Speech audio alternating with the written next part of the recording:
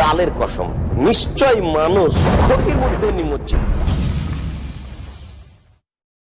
সভাপতি সাহেব দুটা কথা বলবে। আচ্ছা বলেন, কি বলবেন?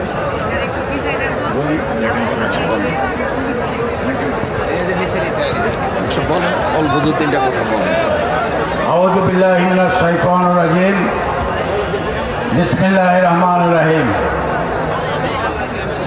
আপনারা দীর্ঘ 2.5 ঘন্টা আমাদের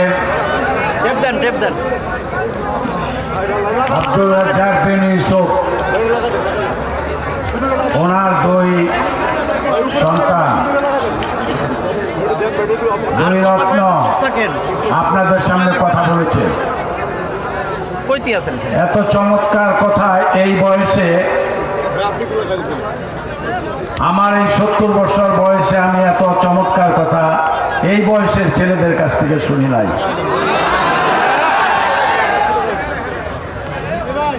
আব্দুর রাজ্জাক বিন ইউসুফ উনি যদি তার সন্তানদেরকে মদিনা বিশ্ববিদ্যালয়,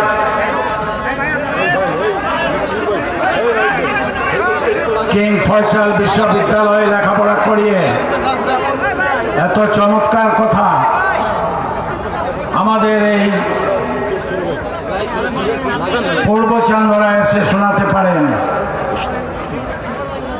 আমি অনুরোধ করব, এখানে হাজার হাজার লোক হয়েছেন, যদি 5,000 লোক হয়ে থাকেন আপনাদের 10,000 কান আছে। 10,000 কান দিয়ে আপনি এই কথাগুলো শুনছেন। এগুলি কি ভালো কথা না খারাপ কথা? এই ভালো কথাগুলো আমরা শুনেছি, এই শোনা পর্যন্ত এখান থেকে যখন চলে যাব এটার মনে রাখবো না, তাই না? কি মনে রাখবে? অবশ্যই মনে রাখতে হবে। আরেকটি কথা, আমি কথা বাড়াবো না, আমি আরেকটি কথা বলতে চাই। এই আব্দুর রাজ্জাক বিন ইউসুফ অনেক বড় জানার লোক।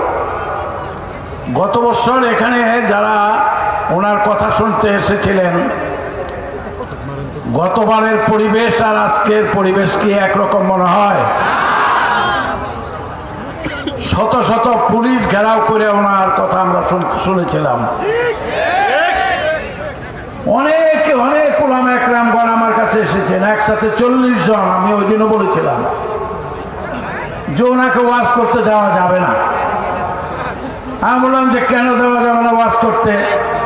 উনি আল্লাহ রসুলের কথা বলবেন, কোরআন এবং সুন্নাহর কথা বলবেন, আপনারাও বলেন, আপনারা শুনেন। এর বাইরে যদি কোনো কথা বলেন, আমি সেদিন তাদের সাথে চ্যালেঞ্জ করে বলেছিলাম আব্দুর রাজ্জাক বিন ইউসুফের বাইরে যদি কোনো কথা বলে তাৎক্ষণিকভাবে আমি তার ওয়াজ বন্ধ করে দেব। কিন্তু আমি গতবার সেই ওয়াজে উনি যতক্ষণ কথা বলেছেন আমি ততক্ষণ ওনার কথা শুনেছি। একটি বেদাত কথা, বেফাস কথা এবং কোরআন এবং সুন্নাহর বাইরে একটি কথাও বলে নাই। কি বলছিল? বলে নাই বলে আজকে যখন এই আব্দুর রাজ্জাক বিন ইউসুফের নাম শুনেছেন, গতবারের চেয়ে 3 গুণ বেশি মানুষ হয়েছেন, হন নাই? আশা করি আগামীতে এই মাঠে উনি যখন আসবেন, আমি অনুরোধ করব ওনার 2 এই সুসন্তানকে উনি নিয়ে আসবেন। কথা না বলালে ওনার ওই 2 সন্তানের চেহারাটা আমরা একটু দেখবো, কি বলেন? এবং আগামীতে এইখানে যখন কথা হবে তখন এই মাঠে যাতে জায়গা না হয় সেই পরিমাণ লোক আমরা এখানে আসবো, কি বলেন? আমি কথা বলাতে চাই না, ওয়াজ শুনেন, চমৎকার কথা বলবে কোরআন এবং সুন্নাহর ভিত্তিতে। 3 ছেলে? আমি তো জানি না যে 3 ছেলে আছে। আমি 2টার কথা জানি, 2টা দাওয়াত দিছি। আর সাধারণ মানুষের কাছ থেকে আরেকটা দাওয়াত। মিশর আজহার বিশ্ববিদ্যালয়, উনি মিশর আজহার বিশ্ববিদ্যালয়ে পড়েন। যাই হোক আমরা দীর্ঘক্ষণ কথা শুনেছি। যে কথাগুলো শুনেছি আপনারা কিন্তু আমার সাথে স্বীকার করেছেন। আমি কিন্তু আজকের এই অনুষ্ঠানের সভাপতির সাথে স্বীকার করলে সে কথা কিন্তু মনে রাখতে হয়, মানতে হয় এবং সেই পথে চলতে হয়। সেটা আপনারা স্বীকার করেছেন। আজকে যা শুনেছেন পরবর্তী সময় সেগুলো আপনারা আমল করবেন, তাই না? সভাপতির সাথে ওয়াদা করলেন, অর্থাৎ এই মজলিসের সাথে ওয়াদা করলেন। কাজে আপনাদের সবাইকে মহান আল্লাহ রাব্বুল আলামিন ভালো রাখুন। আর অদৃশ্য একটি যে মহামারী সারা বিশ্বে বের হয়েছে, সেখানে ট্রাম্প বলেন, কত বড় বড় রাষ্ট্রপতিরা কোনো কিছুই করতে পারতেছে না। এতে বোঝা যায় আল্লাহর মায়ের, দুনিয়ার মায়ের। ট্রাম্পের কাম বাজে নাই, মোদির কাম বাজে নাই, অন্য কারো কাম বাজে নাই। আল্লাহকে ডাকেন, আল্লাহর কাছে ফরিয়াদ করেন, আল্লাহ মুক্তি দিবে, আল্লাহ আপনাদেরকে হেফাজত করবে। সবাইকে ধন্যবাদ। আসসালামু আলাইকুম ওয়া রাহমাতুল্লাহি ওয়া বারাকাতুহু।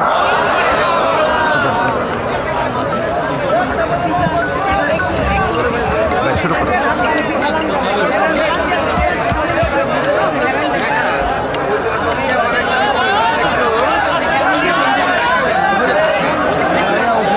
আসসালামু আলাইকুম ওয়া রাহমাতুল্লাহ। আলহামদুলিল্লাহি ওয়াহদা ওয়াসসালাতু ওয়াসসালামু আলা মান লা নাবিয়্যা বা'দা। আম্মা বা'দ। ফাআউযু বিল্লাহি মিনাশ শাইতানির রাজীম। يمحق الله الربا ويربي الصدقات. عن جابر رضي الله تعالى عنه قال لعن رسول الله صلى الله عليه وسلم آكل الربا وموكله وكاتبه وشاهديه وقال هم سواء. رواه مسلم.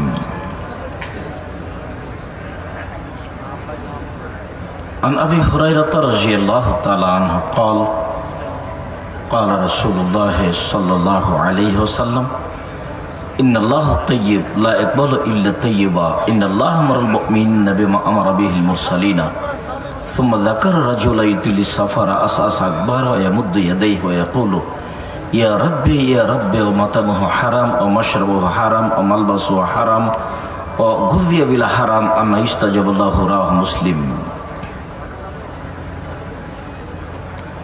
عن أبي هريرة رضي الله تعالى عنه قال قال رسول الله صلى الله عليه وسلم يأتي عليكم زمان لا يبالي الناس ما أخذ منه أمن الحلال أمن الحرام.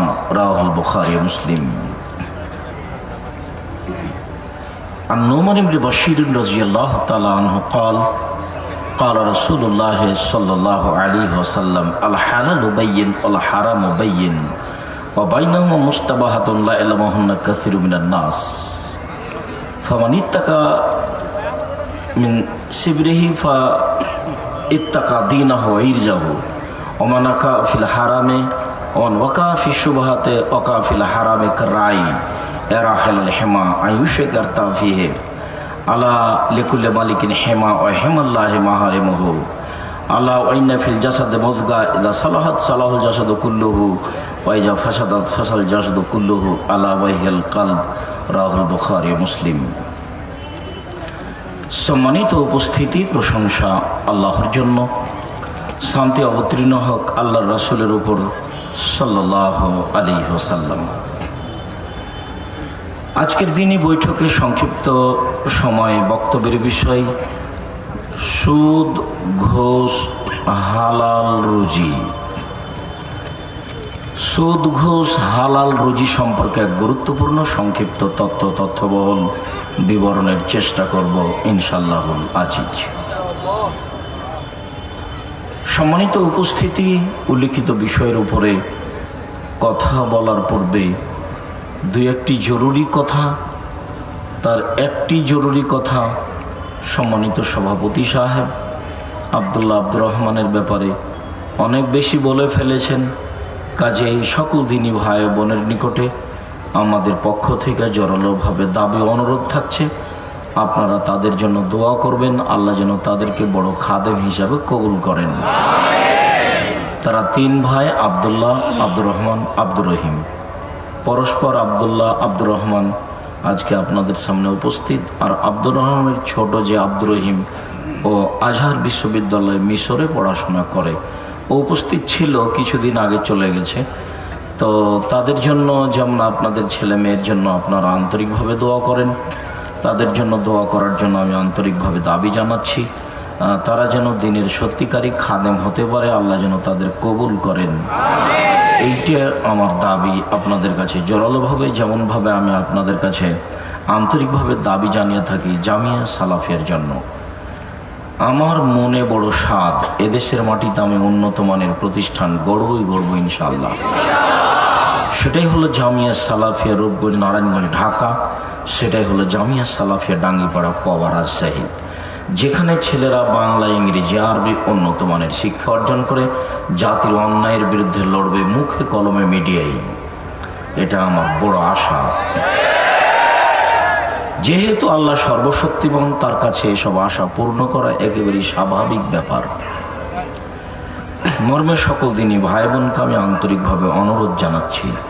আর আব্দুল্লাহ যে কথাটি বলছিল তার স্পষ্টতা আমি আপনাদেরকে এখানেই বলেই শেষ করছি। সেটা হলো এই যে জামিয়া সালাফিয়াকে পরিচালনা করে নেবরাস ইসলামিক রিসার্চ ফাউন্ডেশন। এই ফাউন্ডেশনের অধীনে এই প্রতিষ্ঠানগুলি চলে। এতে আরও অনেক প্রতিষ্ঠান আছে। তার মধ্যে একটি বড় প্রতিষ্ঠান হচ্ছে অনলাইন আল ইতেশাম টিভি। তার একটি বড় প্রতিষ্ঠান হচ্ছে আল ইতেশাম পত্রিকা। ইতেশাম পত্রিকার জন্য 10 জন মুফতি আছে, একাধিক লেখক আছেন এবং বড় বড় একাধিক গবেষক আছেন। তাদের গবেষণাগার আছে, তাদের প্রেস আছে। তারা নিজেরাই ব্যক্তিগতভাবে সব কিছু করতে পারে মর্মে আন্তরিক জোরালো দাবি দেশবাসীর কাছে, সকল দিনী ভাই বোনের কাছে, যেন এই জামিয়া সালাফিয়ার বড় বড় খিদমতগুলি আল্লাহ তাআলা কবুল করেন। সার্বিকভাবে আপনারা সেটাকে মূল্যায়ন করার চেষ্টা করবেন। অনেক পরিশ্রমের মাধ্যমে মাসিক আল ইতেশাম পত্রিকা বের হয়, অন্যান্য বই পুস্তক সহ। সাথে সাথে আব্দুল্লাহর বইটি খুব বেশি মূল্যায়ন করার চেষ্টা করবেন। মিন্নাতুল বারি, বাংলা ভাষায় ব্যতিক্রম ব্যাখ্যা। আর যাওয়ার সময়তে মাসিক আল ইতেশাম পত্রিকাকে ছেড়ে যাবেন না। যদি না পাওয়া যায়, কোথায় পাওয়া যায় সেটা দেখতে হবে। এত পরিশ্রম করে, এত লোকের মাধ্যমে ব্যয়বহুল পয়সা খরচ করে জাতির কল্যাণের জন্য এই পত্রিকা বের করা হয়। আমার মনে বড় কষ্ট হয়। বইয়ের নাম কি করলে কি হয়, বইয়ের নাম কি করলে কি হয়, কি করলে ছাই হয়, কিছুই হয়। কত শত এরকম বই। তার তো মুকসেদুল মোমিনের কথা আমি বলেই থাকি। মুকসেদুল মোমিনিন বইয়ের একটা হেডলাইন হচ্ছে অবিবাহিত ছেলে মেয়ের পড়া নিষেধ। তো যে দেখে সেই পড়ে। ওই হেডলাইনের শুরু থেকে নিয়ে শেষ পর্যন্ত যা আছে, আল্লাহর কসম, আমি আব্দুর রাজ্জাক বিন ইউসুফ সাধারণ খাদেম হিসাবে বলছি, আল্লাহর কসম, শুরু থেকে নিয়ে শেষ পর্যন্ত একটা সত্য কথা নেই। সব অহেতুক অপ্রয়োজনীয় কথা। আরও কত বই। এইসব বইগুলি সমাজ, মাঠ ঘাট, প্রেস, ঘর বাড়ি, অফিস আদালত পরিপূর্ণ হয়ে আছে। সেইখানে এই সঠিক সত্য বইগুলি আপনাদেরকেই প্রাধান্য দিতে হবে, পড়তে হবে, পয়সা খরচ করতে হবে, জাতির কাছে এগুলি পেশ করতে হবে। সকল দিনী ভাই বোন, আত্মীয় স্বজন, তাদেরকে বলতে হবে জামিয়া সালাফের উন্নত মানের সঠিক পরিশ্রমগুলি সবাইকে মূল্যায়ন করতে হবে, মূল্যায়ন করার জন্য বলতে হবে। সাথে সাথে জামিয়া সালাফিয়া রূপগঞ্জ, নারায়ণগঞ্জ, ঢাকায় সম্মেলনের খবরটি আপনারা অবগত যে সেটা হলো 4-5 মার্চ বৃহস্পতিবার আর শুক্রবার এখানে উপস্থিত থাকবেন। আর জামিয়া সালাফের ভর্তির তারিখ 1 জানুয়ারি। ভর্তি পরীক্ষা। উন্নত মানের শিক্ষার জন্য 2 প্রতিষ্ঠানে ভালো ভালো উচ্চশিক্ষিত জ্ঞানীগুণী মানুষ আমরা উপস্থিত করার চেষ্টা চালাচ্ছি। যেহেতু আমার কথা যে এই প্রতিষ্ঠানের মাধ্যমে ছেলেরা উন্নত মানের বাংলা, ইংরেজি, আরবি শিক্ষা অর্জন করে জাতির অন্যায়ের বিরুদ্ধে লড়বে মুখে কলমে মিডিয়ায়, এটা আমার বড় স্বাদ। সেই মানের শিক্ষক উপস্থিত করার জন্য প্রাণপণে চেষ্টা চালাচ্ছি। মর্মে সকল দিনই ভাই বোনকে অনুরোধ জানাচ্ছি যথাযথভাবে মূল্যায়ন করার জন্য। তার পরের কথা, করোনা ভাইরাস কি? এটা কি কোনো রোগ? এটা কি মহামারী? এটা কি ছোঁয়াচে রোগ? এটা কি কোনো বিপদ? এটা কি? আমরা যেভাবে তদন্ত করেছি তার দু একটি কথা, তাতে আমরা আঁচ করেছি এটা মহামারী নয়। কলেরা মহামারীর ফলাফল মোমেনের জন্য অনেক ভালো। তার একটি হলো এই যে রাসূল সাল্লাল্লাহু আলাইহি সাল্লাম বলেন 5 শ্রেণীর শহীদ রয়েছে। 5 শ্রেণীর মানুষ শহীদের মর্যাদা পাবে। 7 শ্রেণীর মানুষ শহীদের মর্যাদা পাবে। শহীদকে বিচারের মাঠে যারা সবচেয়ে সম্মানী দামি মানুষ, তারাই শহীদ।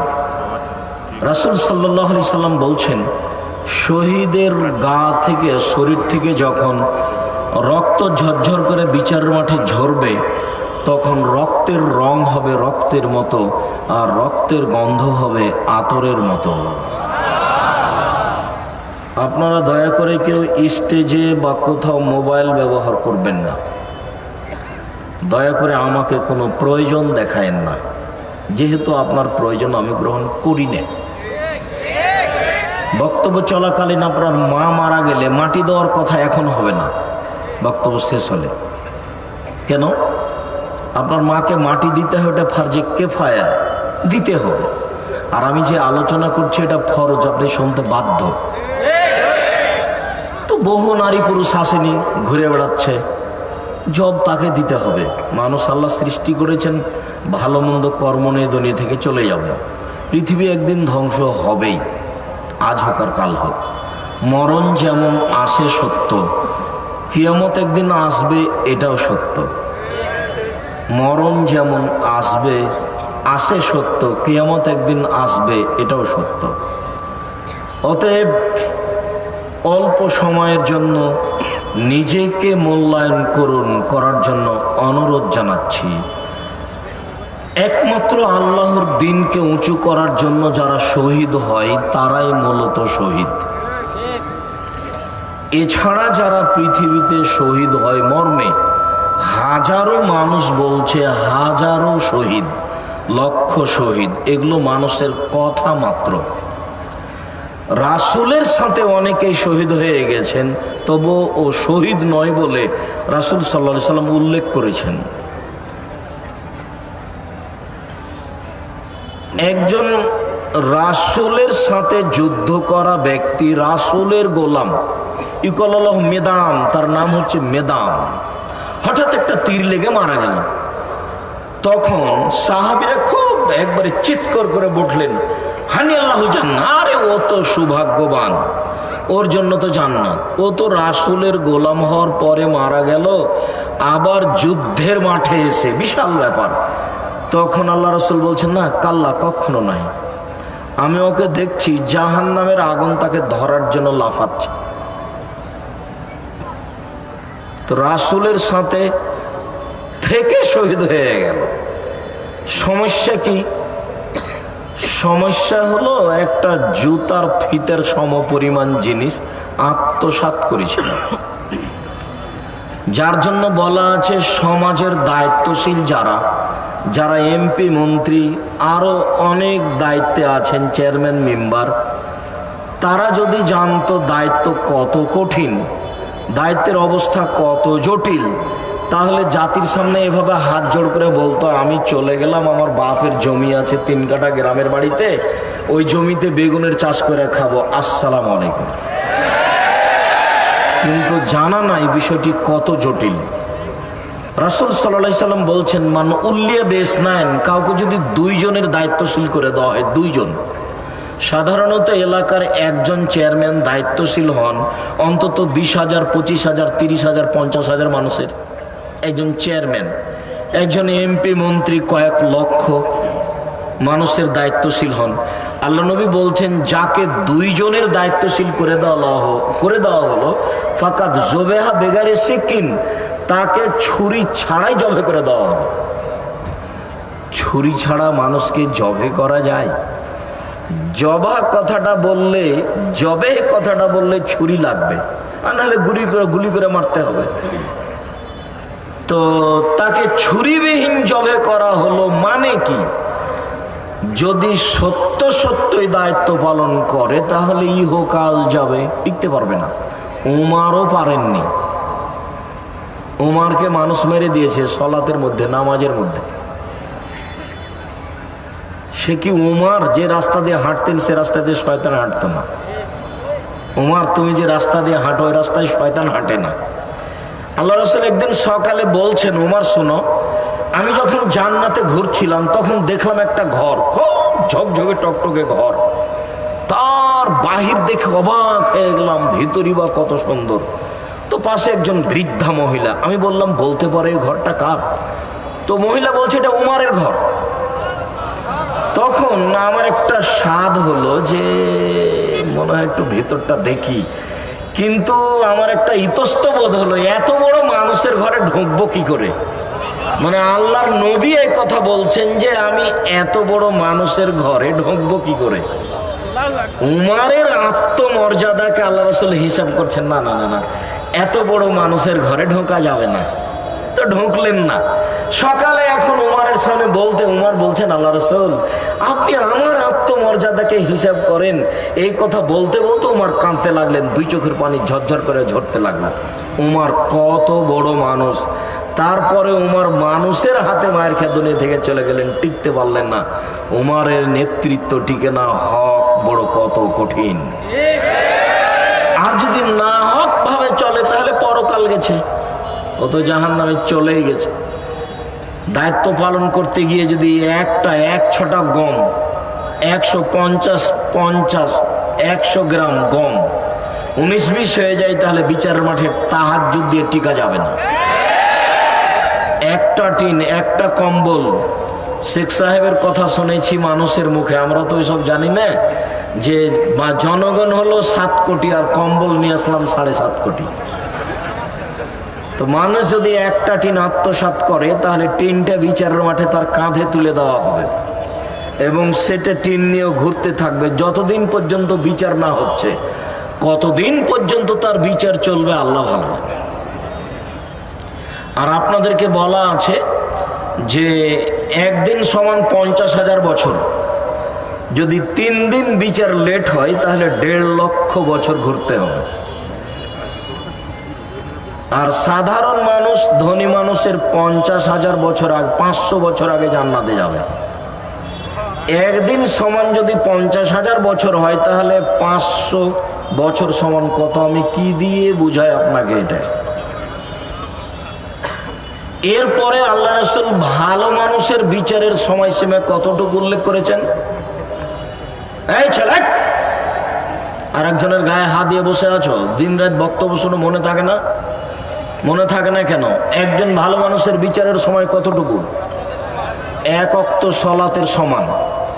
ধরে নিয়ে 3 মিনিট থেকে 5 মিনিট, 5 মিনিট থেকে 7 মিনিট। একজন ভালো মানুষের বিচারের সময়সীমা কতটুকু? 1 ওয়াক্ত সালাতের সমান।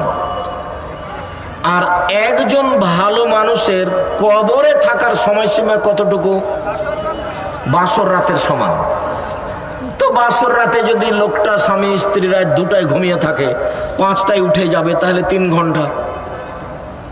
যদি 4টায় উঠে যায় তাহলে 2 ঘন্টা। মানুষের কবরের সময়সীমা ভালো মানুষের প্রায় 2 ঘন্টা, অথচ মারা গেছে আজ থেকে নিয়ে 50,000 বছর আগে। আজ থেকে নিয়ে প্রায় 5,500 বছর পূর্বে ইরাকের ব্যাবিলন শহরের উর নামক গ্রামে ইব্রাহিম আলাইহিস সালাম জন্মগ্রহণ করেন। তিনি যে কুরবানি চালু করেছেন সেই কুরবানি আমাদের কুরবানি। আজ থেকে নিয়ে প্রায় 10,000 বছর পূর্বে ভারত, বাংলাদেশ, পাকিস্তানের নেতা ছিল দাব সালিম, স্বৈরাচারী শাসক দাব সালিম। তার একজন মন্ত্রী ছিল ফায়লাসুফা। সম্মানিত দিনী ভাই বোন, বলছিলাম মানুষ জানে না দায়িত্ব কত কঠিন। এমনিতেই মানুষকে বলে দিল এ হলো শহীদ।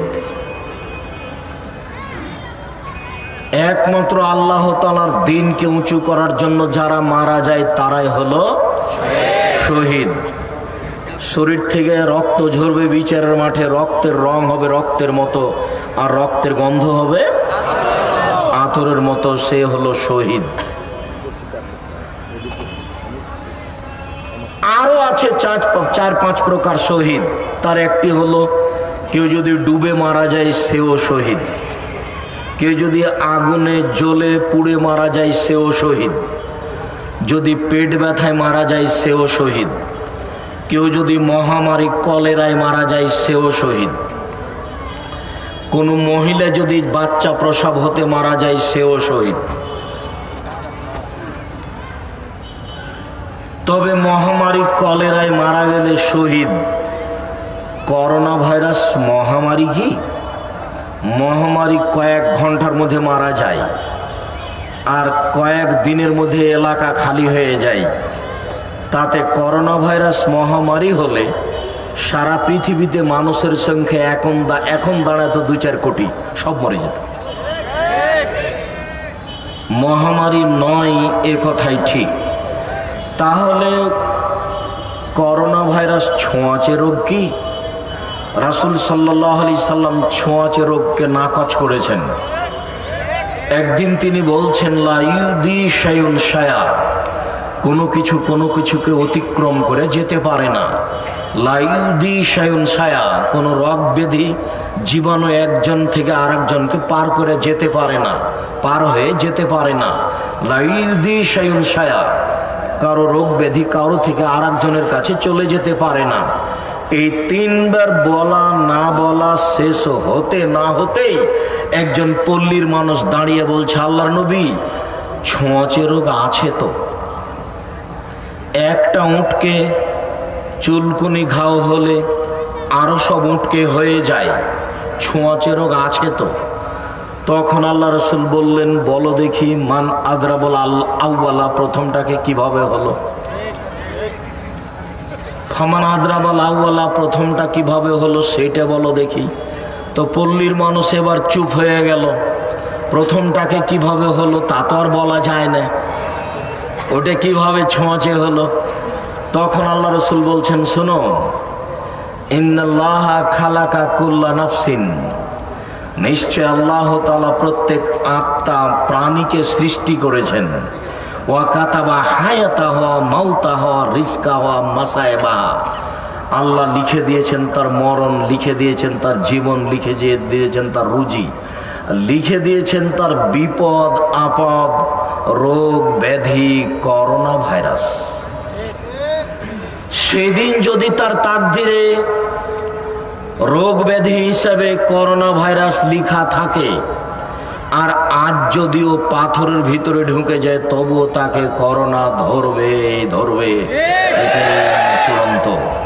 আমরা তাকদীরকে এভাবে বিশ্বাস করি মর্মে আমি আব্দুর রাজ্জাক বিন ইউসুফ করোনা ভাইরাসের 5 পয়সা দাম দিনে, ও আমার কাছে সরিষা সমপরিমাণ দাম রাখে না।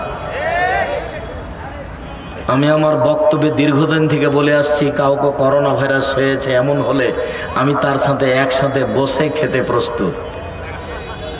করোনা ভাইরাসে যে মারা গেছে আমি তাকে গোসল দেওয়াতে প্রস্তুত। এতে যদি আমারও করোনা ভাইরাস হয় তাহলে আমি বলবো পৃথিবী সৃষ্টির 50,000 বছর পূর্বে লেখা ছিল তাই হয়েছে। আর তুমি যদি বলো যে সতর্কতার প্রয়োজন আছে, তাহলে তুমি বলো যমুনা ফিউচার পার্কের মালিক কি তোমার চেয়ে কম সতর্ক ছিল?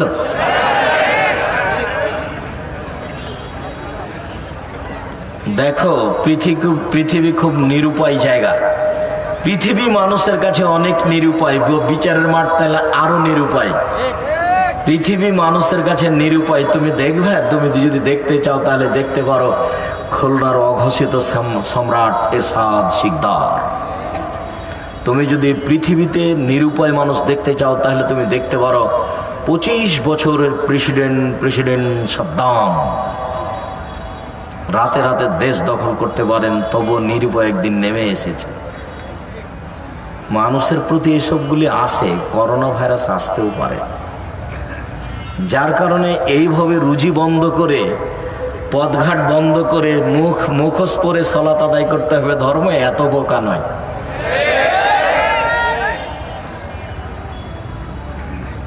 মুখোশ পরে সালাত আদায় করা যাবে না, মাস্ক পরে সালাত আদায় করা যাবে না। কাবা ঘর কেন? সারা পৃথিবীর পুরুষ নারী সবাই যদি বলে যে মাস্ক পরে সালাত আদায় করতে হবে, তবু তা বাতিল হবে। কেন? রাসূল সাল্লাল্লাহু আলাইহি ওয়াসাল্লাম নাকচ করেছেন।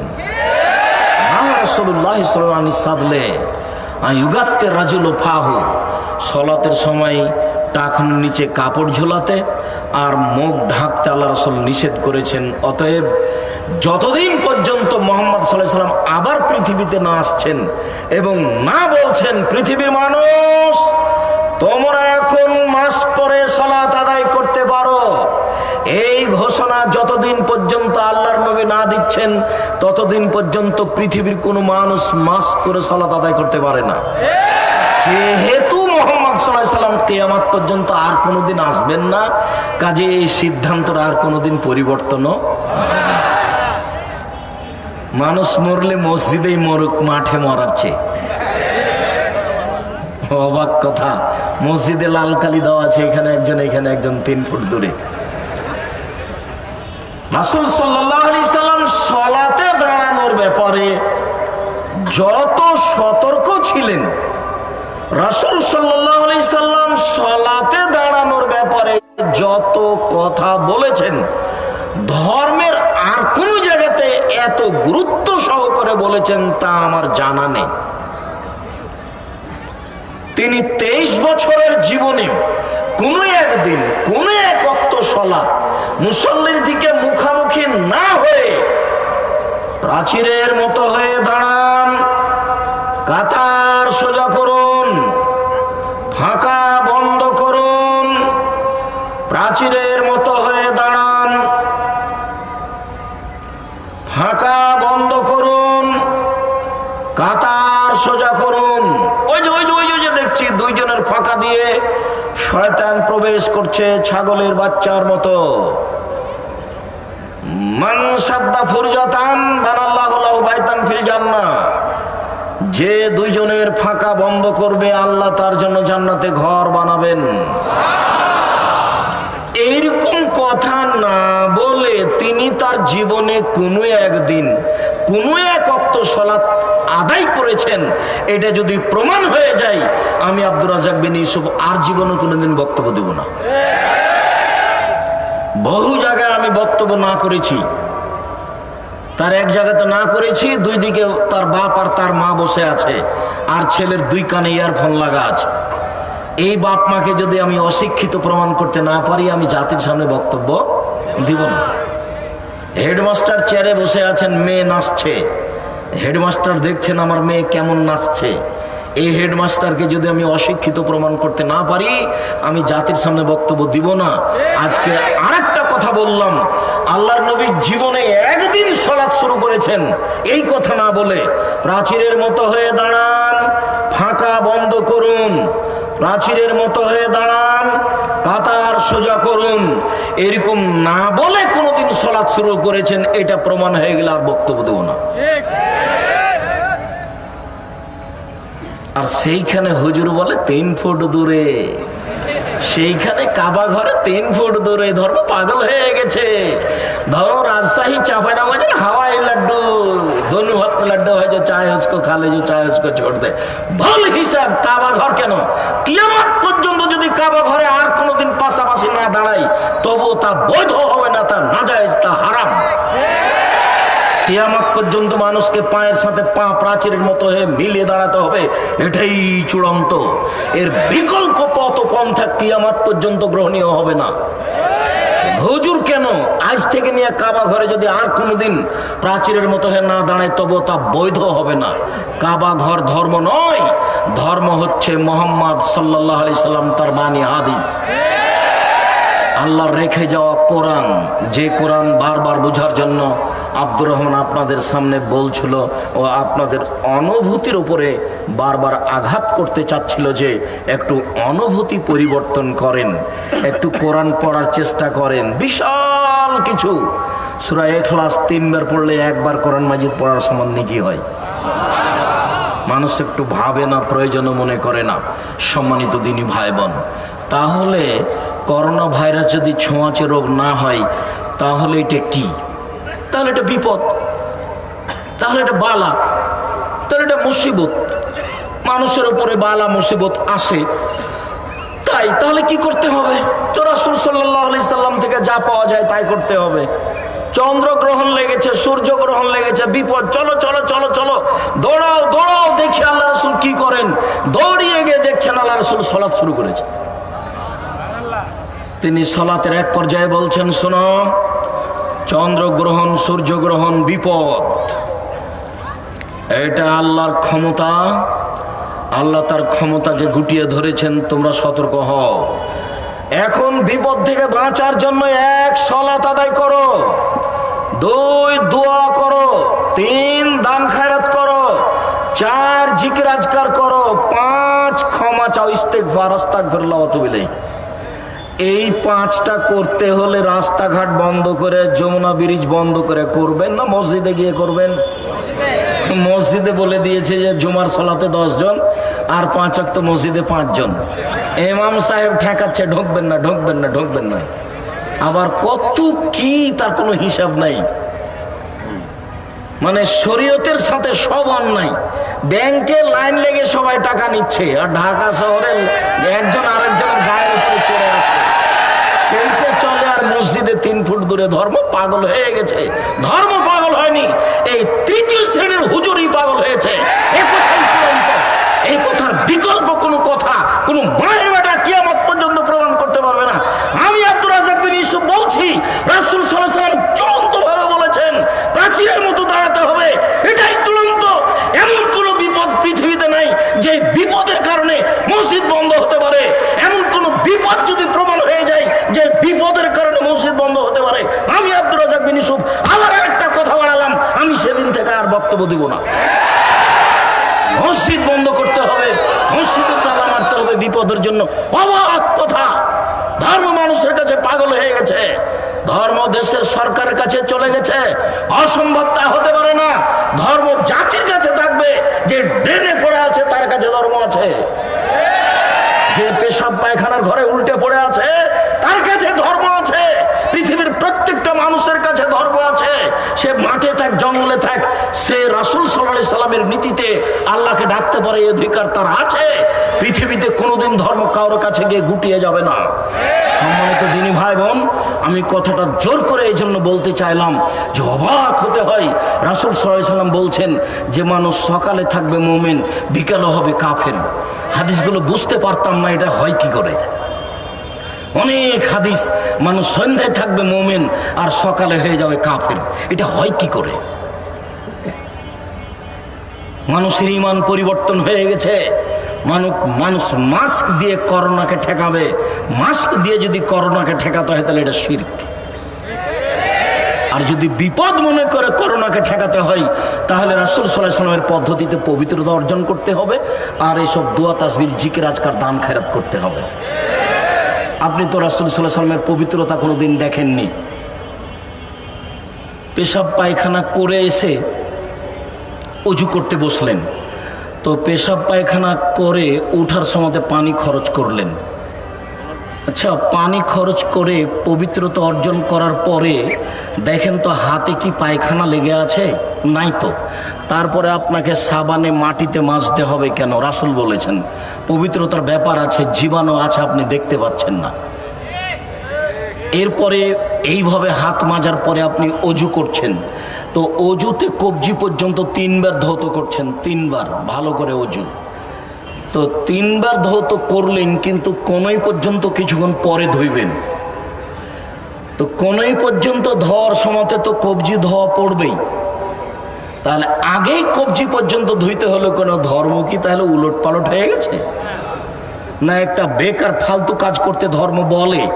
রাসূল সাল্লাল্লাহু আলাইহি ওয়াসাল্লাম বললেন একটু পরে কবজি ধোয়া পড়বে না, তা আগেই কবজি পর্যন্ত ধুইতে বললেন কেন? শোনেন, জীবাণুর ব্যাপার হাতে থাকতে পারে, হাতকে আগে উপযুক্ত হতে হবে। হাতে পানি নিয়ে যেন মুখে দেওয়া যায়, তাহলে হাতকে আগে উপযুক্ত হতে হলে হাতকে কবজি পর্যন্ত ভালো করে ধুইতে হবে। এবার আপনি হাতে পানি নিয়ে মুখে দেন, এখন এই হাতটা মুখে পানি দেওয়ার উপযুক্ত হয়েছে, এটা হলো পবিত্রতা, এরই নাম উজু। অবাক কথা, আমি মরা মানুষকে গোসল দিলাম, আমার কি হলো যে আমাকে গোসল করতে হবে? আল্লাহ রাসূল বলছেন, মরা মানুষকে যে গোসল দিল তাকে গোসল করতে হবে। আমি গোসল করলাম, গোসল দিলাম, আমার কি হলো যে আমাকে গোসল করতে হবে? পারিবারিক স্বামী স্ত্রীর সাথে সাংসারিক জীবনে গেছি তাতে কি হলো? আমাকে গোসল করতে হবে কেন? আমার কি হলো? গোসল করব তাকে অজু করতে হবে কেন? নামাজের অজুর মতো, নামাজের অজুর মতো অজু করে আমাকে গোসল করতে হবে কেন? এগুলি ঘুম থেকে উঠে দাঁত পরিষ্কার করতে হবে কেন? প্রত্যেক সালাতের সময় দাঁত পরিষ্কার করতে হবে কেন?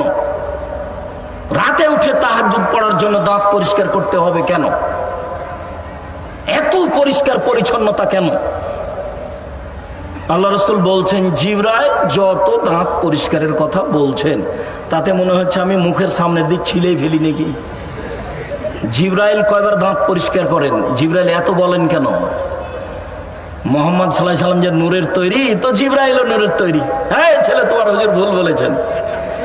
যে মুহাম্মদ সাল্লাল্লাহু আলাইহি সাল্লাম নূরের তৈরি নন, যার জন্য উনি মাটির তৈরি, তার মুখে মানবিক গন্ধ আছে। আর জিবরাইল হলেন নূরের তৈরি। নূরের তৈরি, নূর পদার্থের একজন মাটির তৈরি পদার্থের মানুষের কাছে আসলে একটা ব্যাপার আছে, যার জন্য মুহাম্মদ সাল্লাল্লাহু আলাইহি সাল্লাম মাটির তৈরি, মুখে গন্ধ আছে। বলছেন মুখটা পরিষ্কার করেন, মুখটা পরিষ্কার করেন, মুখটা পরিষ্কার করেন। যতবার আসেন ততবার আমাকে দাঁত পরিষ্কার করতে বলেন। তো জিবরাইল কয়বার করেন? জিবরাইল একবারও করেন না। কেন করা লাগে না? কেন? উনি নূরের তৈরি। আর আমাদের নবী কিসের তৈরি? মাটির তৈরি। এটা স্বাভাবিক, দাঁত পরিষ্কার করাই লাগবে। কেন করতে হবে? পবিত্রতা। মুহাম্মদ সাল্লাল্লাহু আলাইহি সাল্লামের পবিত্রতা দেখলে বুঝতে পারবেন যে মাস্ক আমাকে এভাবে পরা লাগবে কি না। একেবারে জোরালোভাবে ঘোষণা, সরকারিভাবে কোনো অফিস আদালতে ঢোকায় নিষেধ। ব্যাংকে ঢুকেছি তো আপনার ওই কি ব্যাংকের ম্যানেজারের সামনে চেয়ার দুটো নেই। তেমন বললাম, ভাই আপনার সামনে যে চেয়ার দুটো থাকে ওটা কি হয়েছে? এখানে বসা যাবে না। দেখি আপনি করোনা ভাইরাস কেমনে ঠেকাতে পারেন। কয়েকদিন পরে দেখছি ও গায়ে করোনা ধরেছে। বলে এই সাহেব রাসূল সাল্লাল্লাহু আলাইহি সাল্লামের পদ্ধতিতে আসেন, পবিত্রতা সুন্দরভাবে অর্জন করার চেষ্টা করেন। বিপদ যদি করোনা হয় তাহলে 5টা পদ্ধতি। মাঝে মধ্যে 2 রাকাত সালাত আদায় করে আল্লাহর কাছে আশ্রয় চাইবেন, আল্লাহ করোনার মতো বিপদে আমাকে ফেলিও না। 2 দোয়া করবেন, মাঝে মধ্যে হাত তুলে দোয়া করে বলবেন, আল্লাহ করোনার মতো বিপদ আমাকে তুমি ফেলিও না, তোমার দরবারে আমি হাত তুলে প্রার্থনা করছি, তুমি তো খালি হাত ফিরিয়ে দাও না। 3 দান করবেন, মাঝে মধ্যে যা উপার্জন করছেন তা দান করবেন। ইবাদতের জগতে সবচেয়ে শক্তিশালী ক্ষমতাধর পাওয়ারফুল ইবাদত হলো দান। দানের মতো ক্ষমতাধর শক্তিশালী পাওয়ারফুল ইবাদত পৃথিবীতে নেই। দান যত আপনার উপকার করতে পারে, হজ তত উপকার করতে পারে না। দান যত উপকার করতে পারে, সিয়াম রোজা তত উপকার করতে পারে না। দান যত আপনার উপকার করতে পারে, সালাত তত উপকার করতে পারে না। দান যত আপনার উপকার করতে পারে, 1 ফোঁটা চোখের পানি যাতে আল্লাহ সবচেয়ে বেশি সন্তুষ্ট হন, সেটাও উপকার করতে পারে না। দান সবচেয়ে শক্তিশালী পাওয়ারফুল ক্ষমতাধর ইবাদত, বালা বিপদ মুসিবতকে দূর করে দিতে পারে, ঠেকিয়ে দিতে পারে, একটা থেকে আরেকটা ঘটিয়ে দিতে পারে। দান করলেন আপনি, আপনার মায়ের কবরের শাস্তি বন্ধ হয়ে গেল। অবাক ক্ষমতা দানের। দানের ক্ষমতা খুব বেশি, অনেক বেশি। বিচারের মাঠে বিচার হতে থাকবে আর দানের ছায়ার তলে আপনি থাকবেন। অন্য কিছু আপনার সামনে এভাবে আসবে না যতদিন পর্যন্ত আপনার বিচার না হচ্ছে। 3 দিন, 3 বছর, 3 মাস, 3 লক্ষ বছর, যা হবে হোক। আব্দুর রাজাক সাহেব বলেছেন 3 দিন যদি লেট হয় তাহলে হবে 1.5 লক্ষ বছর। 1.5 লক্ষ বছর যদি আপনার বিচারের দেরি হয় তাহলে 1.5 লক্ষ বছর আপনার ছায়া করে থাকবে দান। ভিন্ন ধরনের ক্ষমতাশীল ইবাদত হলো দান। তা আপনি দান করেন করোনা ভাইরাসকে লক্ষ্য করে। আপনি জিকির আজকার করুন, সুবহানাল্লাহ, আলহামদুলিল্লাহ, আল্লাহু আকবার বলেন। আব্দুল্লাহ একদিন এক বক্তব্যে বলছিল, সেই দিনের আগে আমি ওইটা ওভাবে বুঝতে পারিনি। সেটা হলো এই যে ফাতেমা এসেছেন কাজের লোক চাইতে বাপের কাছে। তো দেখলেন যে মুহাম্মদ সাল্লাল্লাহু আলাইহি সাল্লাম বাড়িতে নেই। তো আয়েশাকে বলে গেলেন যে আমি আব্বার কাছে একটা কাজের লোক চাইতে এসেছিলাম, আমার হাতে ব্যথা হয়ে যায়, চাকি জাঁতা টেনে আমার হাতে ব্যথা হয়ে যায়, আমি পারি না, তো একটা কাজের লোক আব্বার কাছে নেওয়ার জন্য এসেছিলাম। তো আল্লাহ রসুল নেই, আল্লাহ রসুল আসতে আয়েশা বলে দিলেন ফাতেমা এসেছিল একটা কাজের লোক নিয়ে আসতে নেওয়ার জন্য। ও আচ্ছা আচ্ছা ঠিক আছে। তো কথা শুনেই তখনই মেয়ের বাড়িতে চলে এসেছেন। তো দেখছেন যে মেয়ে জামাই ঘুমিয়ে গেছে, তিনি ওই চৌকিতে গিয়ে বসেছেন। তো রাসূলের পায়ের আঙ্গুল জামাই বেটির গায়ে গিয়ে লেগেছে। তারা তাড়াহুড়া করে উঠছেন, বুখারীর হাদিস।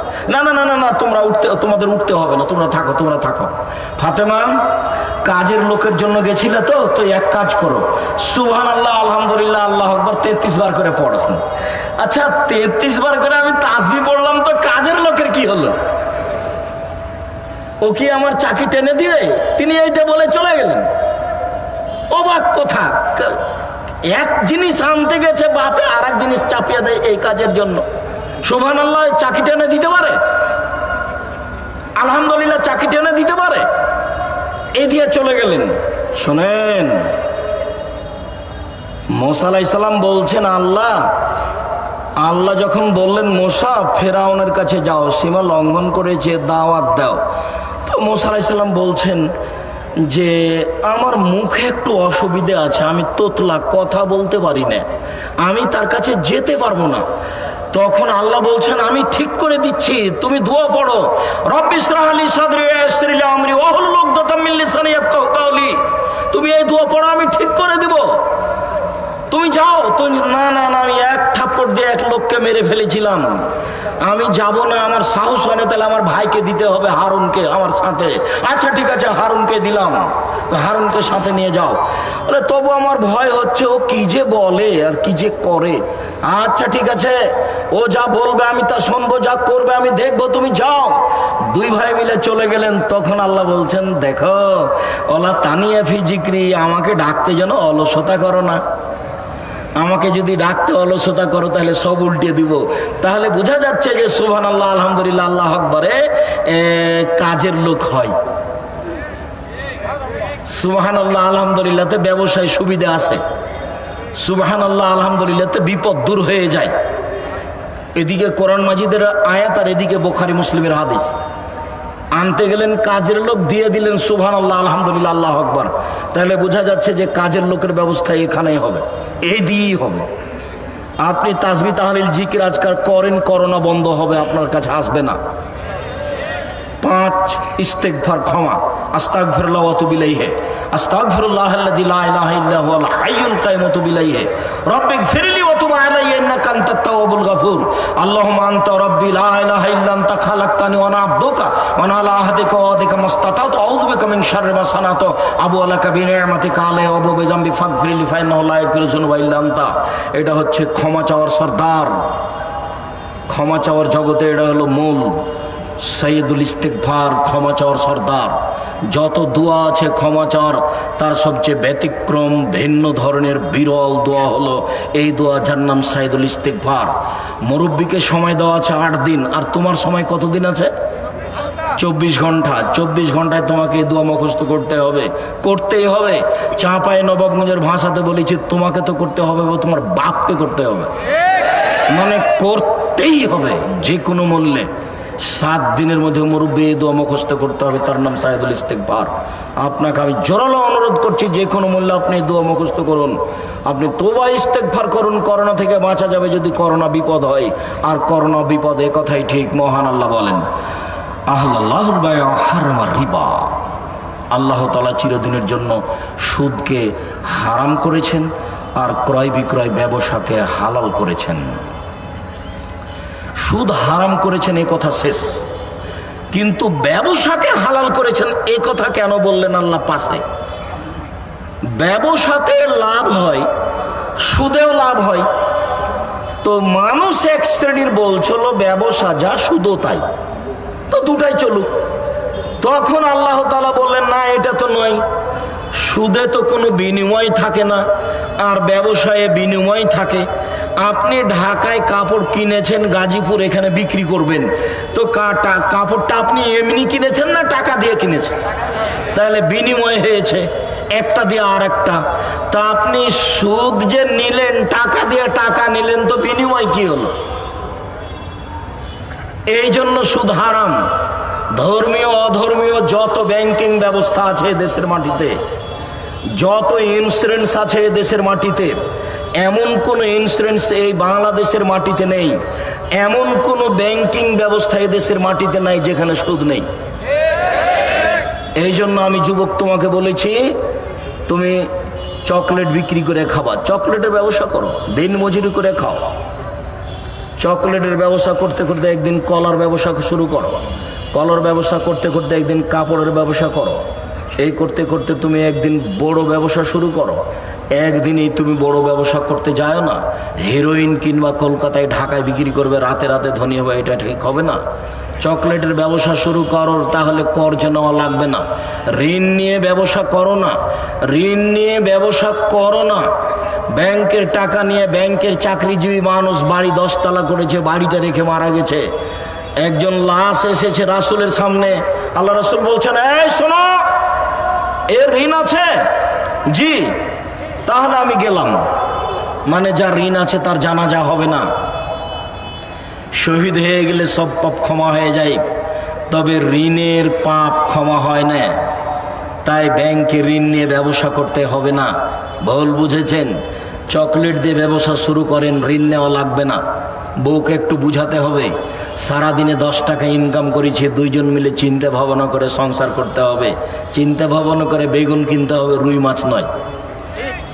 20 বছর পরে যখন অনেক বড় ব্যবসা হবে, সেদিন 1200 টাকা কেজি রুই কিনবো, আর আজ হলো পুঁটির মাছ। এইটাই জীবিকা নির্বাহের মাধ্যম।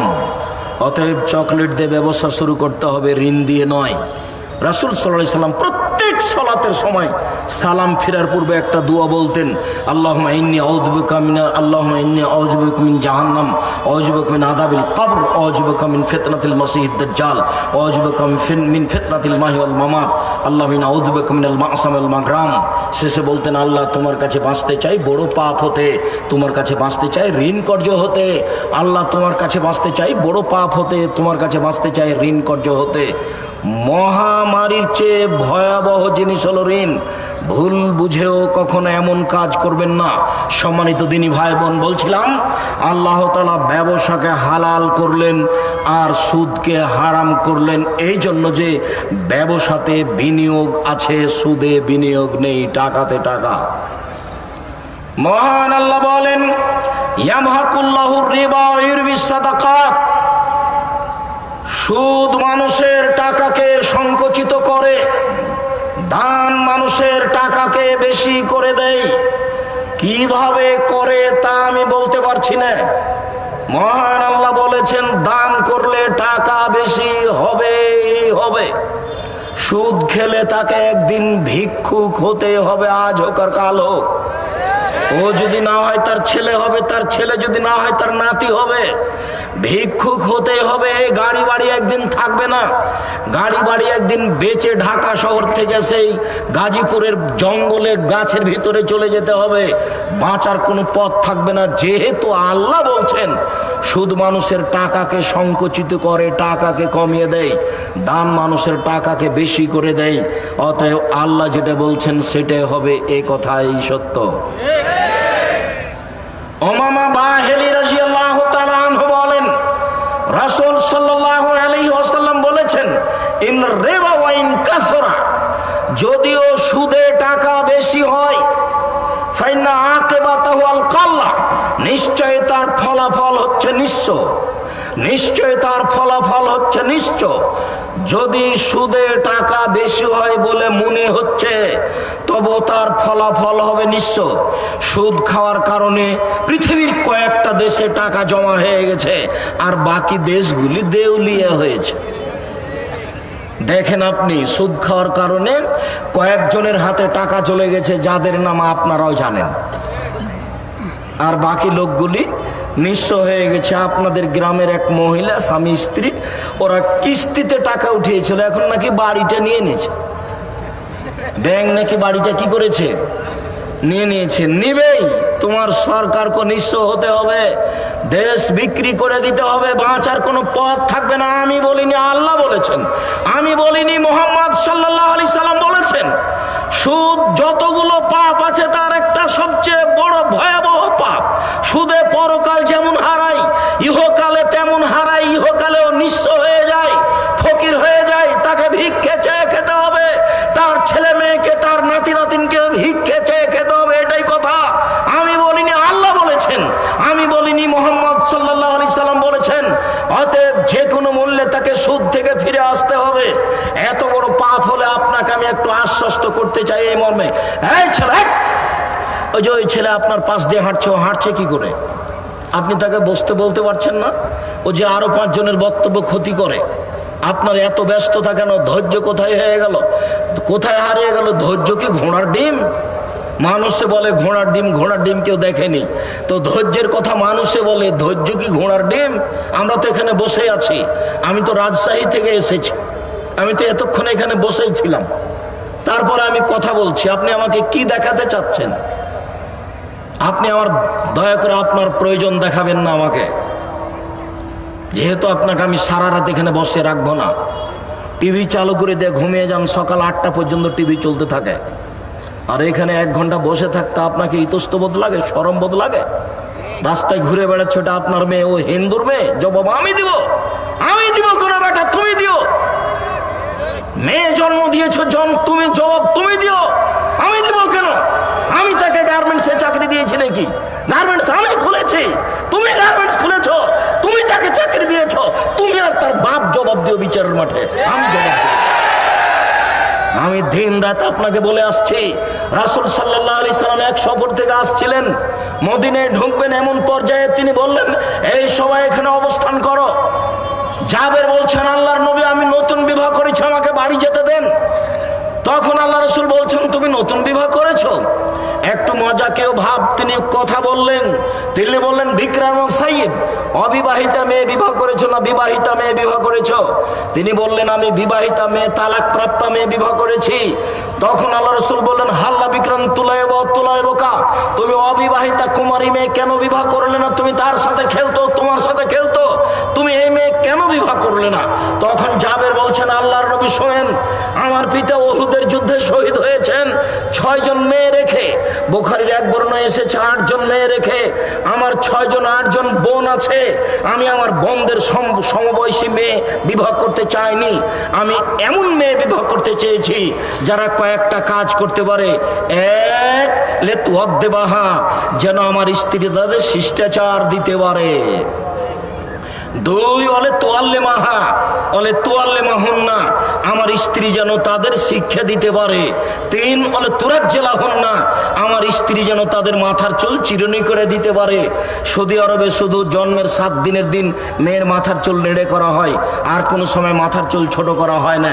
তাই ছোট ছোট মেয়ের বাচ্চার মাথায় অনেক চুল, তারা খুব কষ্ট করে সাবধানতার সাথে সতর্কতার সাথে মেয়েদের চুলকে যত্ন নেয়। মা হিসাবে অনেক সময় লাঠি নিয়ে বসে মেয়ের চুলকে যত্ন করার জন্য মা চেষ্টা করে। আমি এই মেয়ে বিবাহ করতে চাচ্ছি, আমার বোনদের সমবয়সের মেয়ে আমি বিবাহ করব কেন? আমি এমন মেয়ে বিবাহ করতে চেয়েছি যে আমার বোনদের পরিচর্যা করতে পারে, শিষ্টাচার দিতে পারে। এই ছেলে, এখন যে ওই মেয়েটা হাঁটছে, এখন ওই দেখো একটা মেয়ে, ওর বাপ আছে এতে চট্টগ্রামে, ওর বাপ আছে নীলফামারীতে, ও এখানে হাঁটছে। এখন জবাব আমি দিব না ওর বাপ দিবে? জবাব তুমি দিও, আর ওর বাপ দিতে হবে বিচারের মাঠে। জন্ম দেওয়া বড় কথা নয়, বিচারের মাঠে জবাব দিতে হবে, এটাই হলো বড় কথা। উপার্জনের মধ্যে অর্থ সম্পদ যেমন, ছেলে মেয়েও তেমন। দিন কাটাচ্ছে মাঠে এসে, আর বাপ তাসবিহ পাঠ করছে লন্ডনে, মেয়ে এসেছে এখানে ঢাকা বিশ্ববিদ্যালয়ে পড়ে, আর একজনের সাথে প্রেম করে দিন কাটায়, আর বাপ চলে গেছে তাবলিগে লন্ডনে, ওখানেও তাসবিহ টিপছে। 2 তাসবির বিচার হবে বিচারের মাঠে, অত সহজ নয় বিচারের মাঠ। আলিয়াউমা লা তামলিকু নাফসুন লিনাফসিন শাইআ আলিয়াউমা ইয়াউমাজিন আল আমরু ইয়াউমাইজিন আলিয়াউমা লা তামলিকু নাফসুন লিনাফসিন শাইআ আল আমরু ইয়াউমাইজিন লিল্লাহ। আল্লাহ বিচারের মাঠে বিচার শুরু করার পূর্বে বলবেন, আজ কেউ কারো কোনো উপকার করতে পারবে না, আজ কেউ কারো কোনো কাজে আসবে না। একচ্ছত্র মালিকানা আমার হাতে।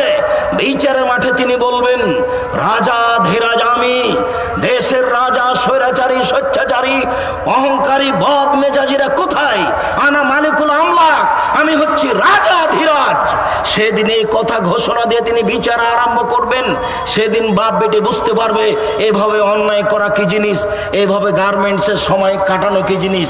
আমি মেয়েদের মান মর্যাদার বিরুদ্ধে কখনো বলিনি। আমি মেয়েদের মান মর্যাদার রক্ষার জন্য বলেছি, তাদের বিরুদ্ধে আমি কোনোদিন বলিনি। তবে যারা এসব জায়গায় আছে জবাব তাদেরকে দিতে হবে, এ কথাই ঠিক। বরং আমি এ কথাই বলেছি, রাসূল সাল্লাল্লাহু আলাইহি ওয়াসাল্লাম বলেছেন মেয়েদের জন্য জান্নাতের সব দরজা খোলা, যদি মেয়েরা 4টা কাজ করতে পারে। যদি মেয়েরা 4টা কাজ করতে পারে তাহলে জান্নাতের সব দরজা খোলা। 1, 5 ওয়াক্ত সালাত আদায় করবে। 2, রমজান মাসের রোজা সিয়াম পালন করবে। 3, স্বামীকে মেনে চলবে। 4, জরুরি প্রয়োজন ছাড়া বাইরে যাবে না। 1, 5 ওয়াক্ত সালাত আদায় করবে। 2, রমজান মাসের সিয়াম পালন করবে। 3, স্বামীকে মেনে চলবে। 4, জেনায় লিপ্ত হবে না। যদি এই 4টা কাজ তারা করে যায় ঠিক মতো, তাহলে তাদের জন্য জান্নাতের সব দরজা খোলা। 1, 5 ওয়াক্ত সালাত আদায় করবে। 2, রমজান মাসের রোজা থাকবে। 3, স্বামীকে মেনে চলবে। 4, জেনায় লিপ্ত হবে না। যদি দুর্ঘটনা হয়ে যায় তাহলে আজ থেকে তওবা করতে হবে। মানুষ যদি তওবা করে তাহলে তার অতীতের পাপকে আল্লাহ নেকি দিয়ে পাল্টে পূর্ণ করে দেন। ওই পাপ নেকিতে পূর্ণ হয়ে যায়। তওবা করে কে? আল্লাহকে জেনে শুনে তার কাছে ক্ষমা চাই কে? সর্বশক্তিমান তিনি, ক্ষমা করতে পারেন তিনি, শাস্তি দিতে পারেন তিনি। এই স্বীকৃতি দিয়ে যদি কেউ ক্ষমা চায় তাহলে সত্য সত্যই আল্লাহ বলেছেন যেটা সেটাই বাস্তবায়ন হবে, তার পাপ নেকিতে পূর্ণ হবে। অতএব অতীতকে হিসাব করে আল্লাহর কাছে ক্ষমা চাওয়ার জন্য তোমাকে বলছি, এই উপস্থিত মেয়ে তুমি সাবধান হও, সতর্ক হও। আপনাকে বলছি, ব্যবস্থাপনা আপনি নিয়েছেন, পদক্ষেপ আপনি নিয়েছেন, মেয়ে আপনার, জবাব আপনাকে দিতে হবে। সম্মানিত দিনী ভাই বোন, বলছিলাম সুদ চিরদিনের জন্য হারাম। রাসূল সাল্লাল্লাহু আলাইহি সাল্লাম বলেন, যে সুদ খায় তার উপরে অভিশাপ, যে সুদ দেয় তার উপরে অভিশাপ, যে সুদের কথা লিখে তার উপরে অভিশাপ, যে সুদের উপরে সাক্ষী থাকে তার উপরে অভিশাপ। এরা সবাই সমান। যে সুদ দেয় তার উপরে অভিশাপ, যে সুদ নেয় তার উপরে অভিশাপ, যে সুদের কথা লিখে তার উপরে অভিশাপ, যে সুদের উপরে সাক্ষী থাকে তার উপরে অভিশাপ। ব্যাংকে টাকা রাখতে গেলে সাক্ষী লাগে, একজন নেয়, একজন লিখে, আর একজন সাক্ষী থাকে। শেষের বাক্যে রাসূল সাল্লাল্লাহু আলাইহি ওয়াসাল্লাম বলছেন সবাই সমান।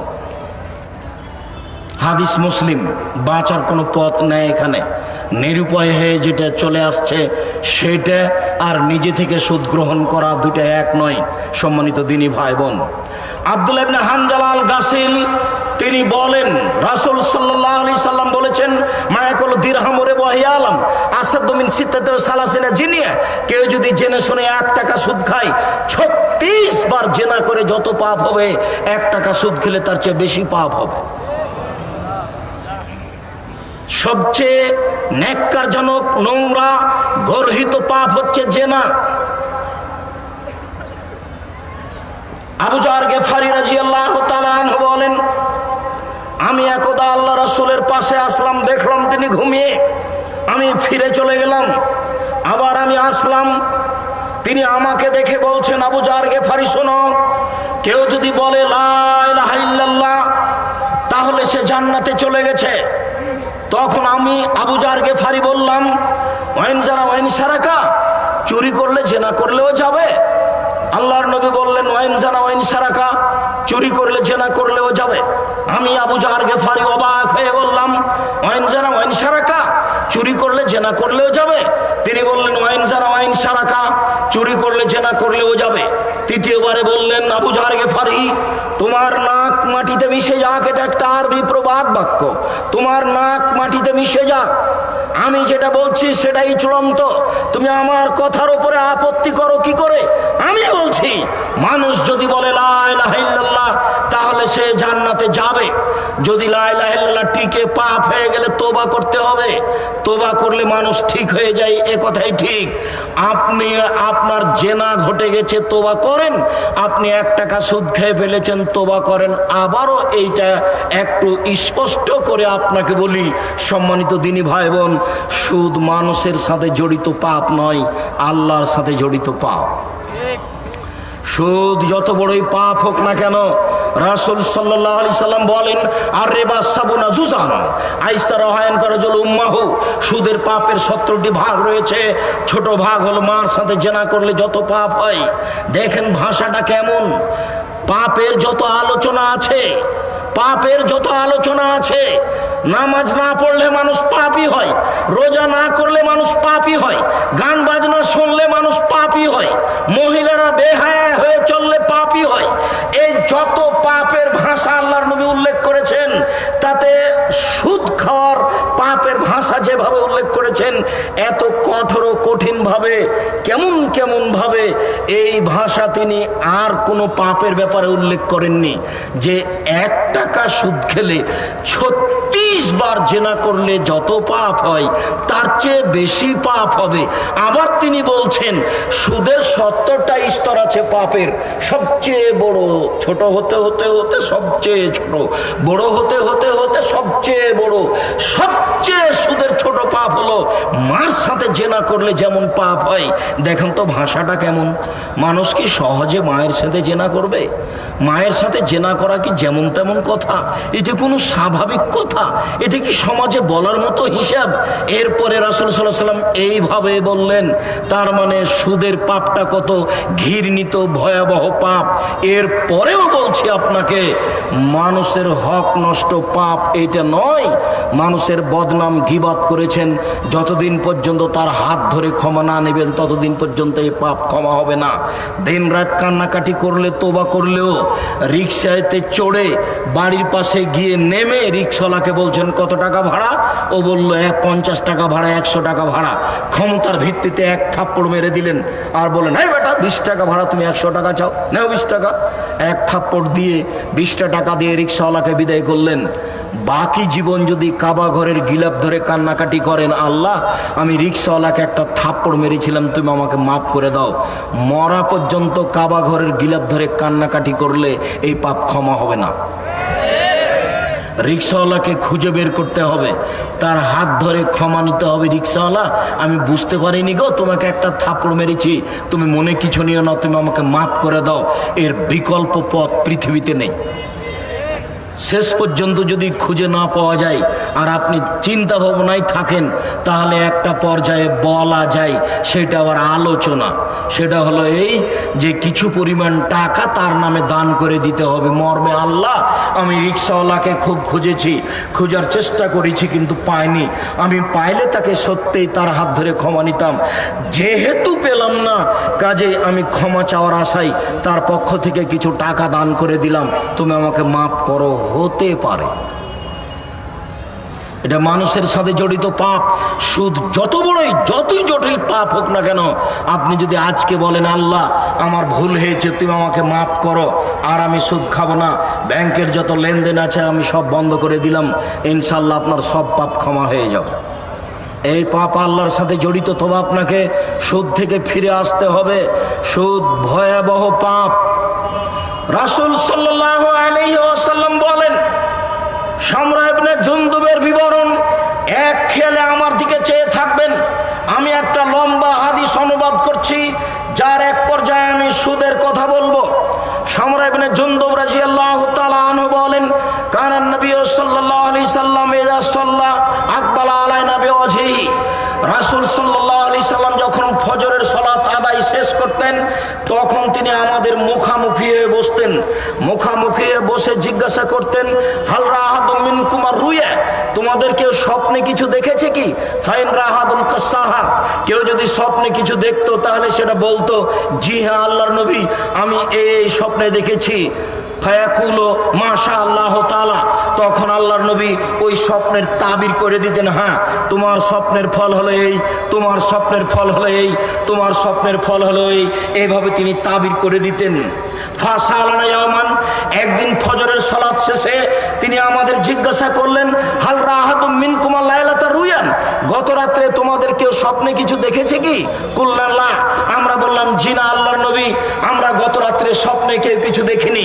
তখন আল্লাহ রাসূল বললেন, শোনো, ইন্নী রাআইতুল্লাহ রাজুলাইনি, আমি গত রাত্রে দুইজন লোককে দেখেছি। ফা আতায়ানি, তারা দুইজন আমার কাছে আসলো। ফা আখাযা বিয়াদাইয়া, তারা দুইজন আমার দুই হাত ধরে নিল।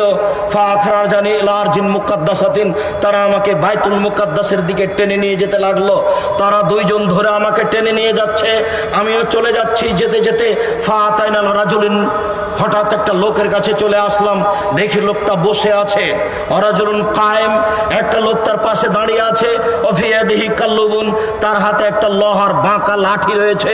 ইদখুলু ফি সিদকিহি, ওই বাঁকা লোহার লাঠিটা তার মুখের ডান দিকে ঢুকিয়ে দিচ্ছে। ফায়াশুক্কুহু, তারপর ডান দিক চিরে ফেড়ে ফেলছে। এইভাবে নিয়ে যেতে যেতে পিছন দিকে নিয়ে যাচ্ছে। ফা ইয়াউদু ওয়া ইয়াফালু মিসলাহু ফায়াশুক্কু সিদকুল আখার, আবার এটা লাঠি নিয়ে যে বাম দিকে লাগাচ্ছে। এই বাম দিকের মুখকে চিরে ফেড়ে পিছন দিকে নিয়ে যাচ্ছে। তারপরে দিক থেকে লাঠি খুলে ডান দিকে নিয়ে আসতে আসতে দেখা যাচ্ছে যে ডান দিক যেমন ছিল তেমন পূর্ণ ঠিকঠাক হয়ে গেছে। আবার লাঠি ঢুকিয়ে চিরে ফেলছে, আবার লাঠি বের করে বাম দিকে লাগিয়ে চিরে ফেলছে। দৃশ্য দেখে আমি অবাক হয়ে গেলাম। আমি বললাম, মা হাজা, এ কি দৃশ্য? তালা, তারা দুইজন বললেন, ইনতালেক, চলতে থাকেন। আমি আর কিছু না বলে তাদের সাথে চলতে থাকলাম। চলতে চলতে ফা আতাইনা আলা রাজুলিন মুস্তাজিন আলা কাফাহু, চলে আসলাম একটা লোকের পাশে। দেখি লোকটা চিত হয়ে শুয়ে রয়েছে। পাশে একটি লোক রয়েছে দাঁড়িয়ে, তার হাতে একটি পাথর রয়েছে। এসদাখবে রাহসেহি, এই পাথরটা দিয়ে তার মাথাকে ভেঙে চৌচির করে দিচ্ছে। ফায়জা যারা বাহু তাদাদাহাল হাজারো ফান্তালাকে ইলাইহা লিয়াখুজাহু, যখনই পাথরটা মাথার উপরে মারছে মাথা ফেটে চৌচির হয়ে যাচ্ছে, পাথরটা ছিটকে দূরে চলে যাচ্ছে। এ আবার পাথর নিয়ে আসতে যাচ্ছে, আনতে না আনতে দেখে ফাদারা সুকামাকানা, মাথা যেমন ছিল তেমন ঠিকঠাক হয়ে গেছে। আবার মারছে, আবার মাথা ফেটে যাচ্ছে, পাথর দূরে চলে যাচ্ছে। দৃশ্য দেখে আমি বললাম, মা হাজা, এ কি দৃশ্য? কালা, তারা দুজন বললেন, ইনতালেক ফান্তালাক, না, চলতে থাকেন। আমি কিছু না বলে তাদের সাথে চলতে থাকলাম। চলতে চলতে ফা আতাইনা আলা নাকবিন মিসলিতান নূরে, একটা গর্তের কাছে চলে আসলাম। চুলহার মতো গর্ত। এখন যে তন্দুরি রুটি বানানোর যে চুলা আছে, উপরে একটু চিকন আর নিচের দিক প্রশস্ত, এরকম একটা চুলার পাশে চলে আসলাম। তাতাওয়াক্কাদু নার, দেখি চুলার ভিতরে ধাঁধা ধাঁধা করে আগুন জ্বলছে। ফাইজা ইত্তাফাত ইত্তাফাউ, যখন আগুনটা জোরে জ্বলে উঠছে তখন ওর ভিতরে যা কিছু আছে সব উপরে উঠে যাচ্ছে, মনে হচ্ছে যেন বাহিরে বের হয়ে পড়ে যাবে। ফাইজা খামেদাতরা যাও ফিহা, যখন আগুনটা একটু কমে যাচ্ছে সব নিচের দিকে চলে যাচ্ছে। ফিহারে জ্বালনেশন, ওরা দেখি তাতে মহিলা এবং পুরুষ উলঙ্গ অবস্থায় চলছে, জমা ধরে আছে, দাদা দাদা দাদা করে উপরে চলে যাচ্ছে, আবার নিচে চলে আসছে, আবার ধাঁধা ধাঁধা করে আগুনের সাথে উপরে চলে যাচ্ছে, আবার নিচের দিকে চলে আসছে। দৃশ্য খুব অবাক। আমি দৃশ্য দেখে বললাম, মা হাজা, এ কি দৃশ্য? এমন তো দৃশ্য আমি কোনোদিন দেখিনি। তারা দুজন বলেন, ইনতালিক, চলতে থাকেন। ফান্তালাক, না, কিছু না বলে চলতে থাকলাম। চলতে চলতে চলে আসলাম আলা নাহারিন মিন দামিন, একটা রক্তের নদী। নদীতে পানি নেই, শুধু রক্ত রক্ত। সে নদীর উপরে চলে আসলাম। দেখি রক্তের নদীর পাশে একটা লোক দাঁড়িয়ে আছে, তার হাতে একটা পাথর রয়েছে, আর রক্তের নদীর মাঝামাঝিতে একটা লোক রয়েছে। কুল্লামা আরাদা একরোজা রামা রাজুল ফিফিহে ফারাদ দাহাই শোকানা, যতবার লোকটা সাঁতার দিয়ে রক্তের নদী থেকে উঠে যাওয়ার চেষ্টা করছে ততবার পাশের লোকটা তার মুখের উপরে পাথর মেরে তাকে রক্তের নদীর মাঝামাঝিতে করে দিচ্ছে। যতবার চেষ্টা করছে ততবার মুখের উপরে পাথর মেরে তাকে রক্তের নদীর মাঝামাঝিতে করে দিচ্ছে। দৃশ্য দেখে অবাক হয়ে গেলাম। আমি বললাম, মা হাজা, এ কি দৃশ্য? কালা, তারা দুজন বলেন, ইনতালেক, চলতে থাকেন। ফান্তালাক, না, কিছু না বলে চলতে থাকলাম। চলতে চলতে চলে আসলাম আলা রাউজাতিন খাজরা, বিশাল এক বাগান, সুন্দর ঝকঝকে চকচকে বাগান। অফিহা সাজারাতুন আযীমা, সে বাগানে একটা বিশাল বড় গাছ। অফি আসলি সাজারে শায়খুন, দেখি সেই গাছের পাশে একটা বৃদ্ধ মানুষ, ওরাজলিন কারিবুনিনা সাজারাতে, গাছ থেকে দূরে একটা লোক রয়েছে, তার হাতে এখন লোহার লাঠি রয়েছে, ইউকদুন্নারা, ও বারবার লোহার লাঠি দিয়ে আগুনকে উত্তেজিত করছে। ফাসায়দাবিয়া সাজারাতাম, তারা দুইজন আমাকে গাছের উপর দিকে নিয়ে চলে গেল, গাছের মাঝামাঝিতে একটা ঘরে ঢুকিয়ে দিল। মা রায় তো হাসানা কাত্ত, আমার জীবনে আমি এত সুন্দর ঘর দেখিনি, অবাক ঘর, ঝকঝক ঝকঝক করছে। ও ফি হেরে জালুন ও নেশাউন, ফি হেরে জালুন ও নেশা ও সিবিয়ান ও আশেক শায়েক, তাতে আছে বৃদ্ধ মানুষ, তাতে আছে মহিলা, তাতে আছে পুরুষ, তাতে আছে যুবক মানুষ। তারা দুইজন আমাকে সেই ঘর থেকে বের করে নিয়ে ওই গাছের আরো উপর দিকে নিয়ে চলে গেল। ও আবখালানি দাঁড়ান, আর একটা ঘরে ঢুকিয়ে দিল। এ হাসান আফজাল, এই ঘরটা আগের ঘরের চেয়ে অনেক অনেক অনেক বেশি উত্তম। এটার কথা এটার বিবরণ দেওয়াই যায় না, এমন অবাক ঘর। দেখি সেখানে যুবক আর বৃদ্ধ মানুষ আছে। এইটা দেখার পরে আমি তাদের দুইজনকে বললাম, আখবেরিনি আমার আয়াতুল্লাহিলাতা, আচ্ছা ঠিক আছে, তোমরা দুইজন আমাকে বলে দাও এই দীর্ঘ সময় ধরে কি দেখলাম, এগুলি কি? তালা নাম, তারা দুইজন বলল, জি হ্যাঁ, আপনাকে সব বলে দেব, আপনি শোনেন এইগুলো কি দেখলাম। আপনারা একটু এক খেয়ালে চেয়ে থাকবেন, এখন সব বিবরণ আসবে। এতক্ষণ পর্যন্ত কি দেখা গেল? কেউ কারোর গায়ে হাত দিয়ে থাকবেন না। এই যুবক, তুমি সাবধান হও, তুমি আরেকজনের সাথে কথা বলছো মনে হয়। তুমি আমার দিকে এক খেয়ালে চেয়ে থাকবা, পাখি যেন মনে করে তুমি পাথর।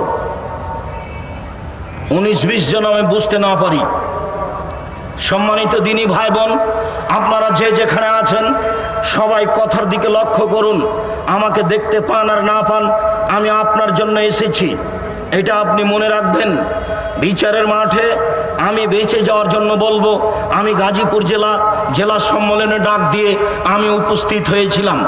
আপনার কাছে কি জবাব আছে তা আমি জানি না, তবে আপনার কাছে কোনো জবাব নাই এ কথাই ঠিক। আমি কেসা কাহিনী বলতে আসিনি। 1990 সাল থেকে আমি মাঠে আছি। এই দীর্ঘ 30 বছরে আমি কোনোদিন অপ্রয়োজনীয় বাক্য বলিনি। সম্মানিত দিনী ভাই বোন, আমি কোনোদিন কোনো মাযহাবকে লক্ষ্য করে কথা বলিনি, আমি কোনোদিন কাউকে নিন্দা করে কথা বলিনি, আমি কোনোদিন জনগণকে হাসানোর জন্য কথা বলিনি। আমি বলেছি এদেশের মাটিতে শতকরা 95 জন বক্তা মিথ্যুক, শতকরা 98 জন মুফাসসির মিথ্যুক, তবে আমি বলিনি ইনি মিথ্যুক, এই কথা আমি বলিনি। তবে তুমি যদি বলো যে আমার যে মুফাসসির মিথ্যুক তার প্রমাণ কি, তাহলে আমি তোমার মুফাসসিরের কথায় কথায় মিথ্যা দেখাবো। তুমি সাহস করলে প্রস্তুতি নিতে পারো। তোমার এই দেশের মাটিতে কোরআন মাজিদকে আমি দেখিয়েছি, দেখো কোরআন মাজিদের গায়ে যদি মিথ্যা দোয়া লিখতে পারে তাহলে সে দেশের মাটিতে মিথ্যা ধর্ম আছে।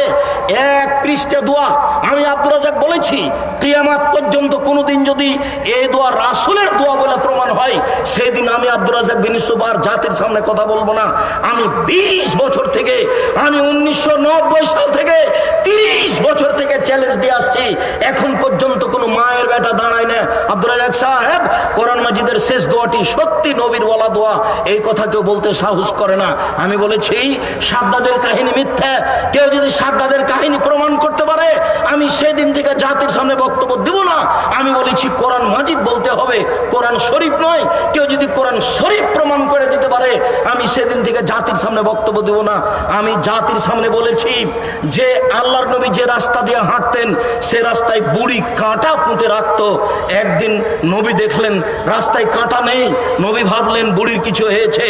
এই ঘটনার সত্যতা প্রমাণ হলে আমি জাতির সামনে কথা বলবো না।